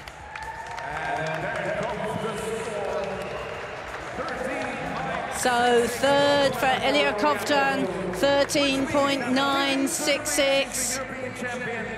That hop on the dismount, 0.3 probably cost him a title, but what a high bar final we've been treated to this afternoon. European champion, Tin Surbic of Croatia, Carlo Macchini of Italy takes the silver, and it's another medal for Ilya Kovtun of Ukraine, who takes the bronze. I'm absolutely delighted for Kovtun. I mean, there he was at the very end. He had to wait the whole final to go. He got a gold on parallel bars, and there he is finishing with that third. But it was a fantastic high bar final. I think the word was execution, really, wasn't it, Gianni? Definitely. I mean, Kovtun going up last, you know, he's seen the guys before him. He knew what he had to do. He had to go clean. He had to execute. Yeah. And that's what he done. Do you know, we were just talking about highlights, favourite things. I think the word of this championships has to be triple, don't you think, Beth? Because, I mean, you've got to put that into context. So, obviously, Luke doing his triple, triple back to win that European floor title. That was your favourite moment, Gianni, wasn't it? That yeah, then Jessica taking the triple kind of floor routines in 3 years consecutively. Never been done on the women's side. Bringing home 3 golds from one tournament. I don't think that has ever been done by a British gymnast. So, yeah, definitely. Triple, triple, triple. I mean, I started with the same question as, is this gone better than you expected? And I think the answer is at the end of today, yes. Yeah, it's incredible, the results. I mean, especially on the men's side, it is a young team. We were speaking about Jake last year being the new up-and-coming star, and actually this year he's the most experienced out there. But the youngsters have come through and really taken their moment and probably given selectors something to really think about. I would say so. Well, it's a fine medal table. We've got 9 medals in all. Have Great Britain, I say we, it's the royal we, isn't it? There you go, look. Great Britain above Italy, and Turkey have done incredibly well, having a home games as well. But very, very impressive stuff. Thinking ahead to the World Championships, goodness me, and the Olympics as well. Obviously, we've got that to come next year. So all is going well. Gianni's back on track. Joe's going to be fine. Oh, can't beat it. So Beth and Gianni, a very, very big thank you for your company and for all of your expertise as well. And I think we have to say, don't you, a huge thank you and great respect to Turkey as well for hosting the championships after everything that they have been through over the last few months, coping with the devastating earthquakes. We're going to see you again for the World Championships in October. And after this performance, the rest of the world will have their sights firmly set on Great Britain's great team. From all of us here, bye-bye.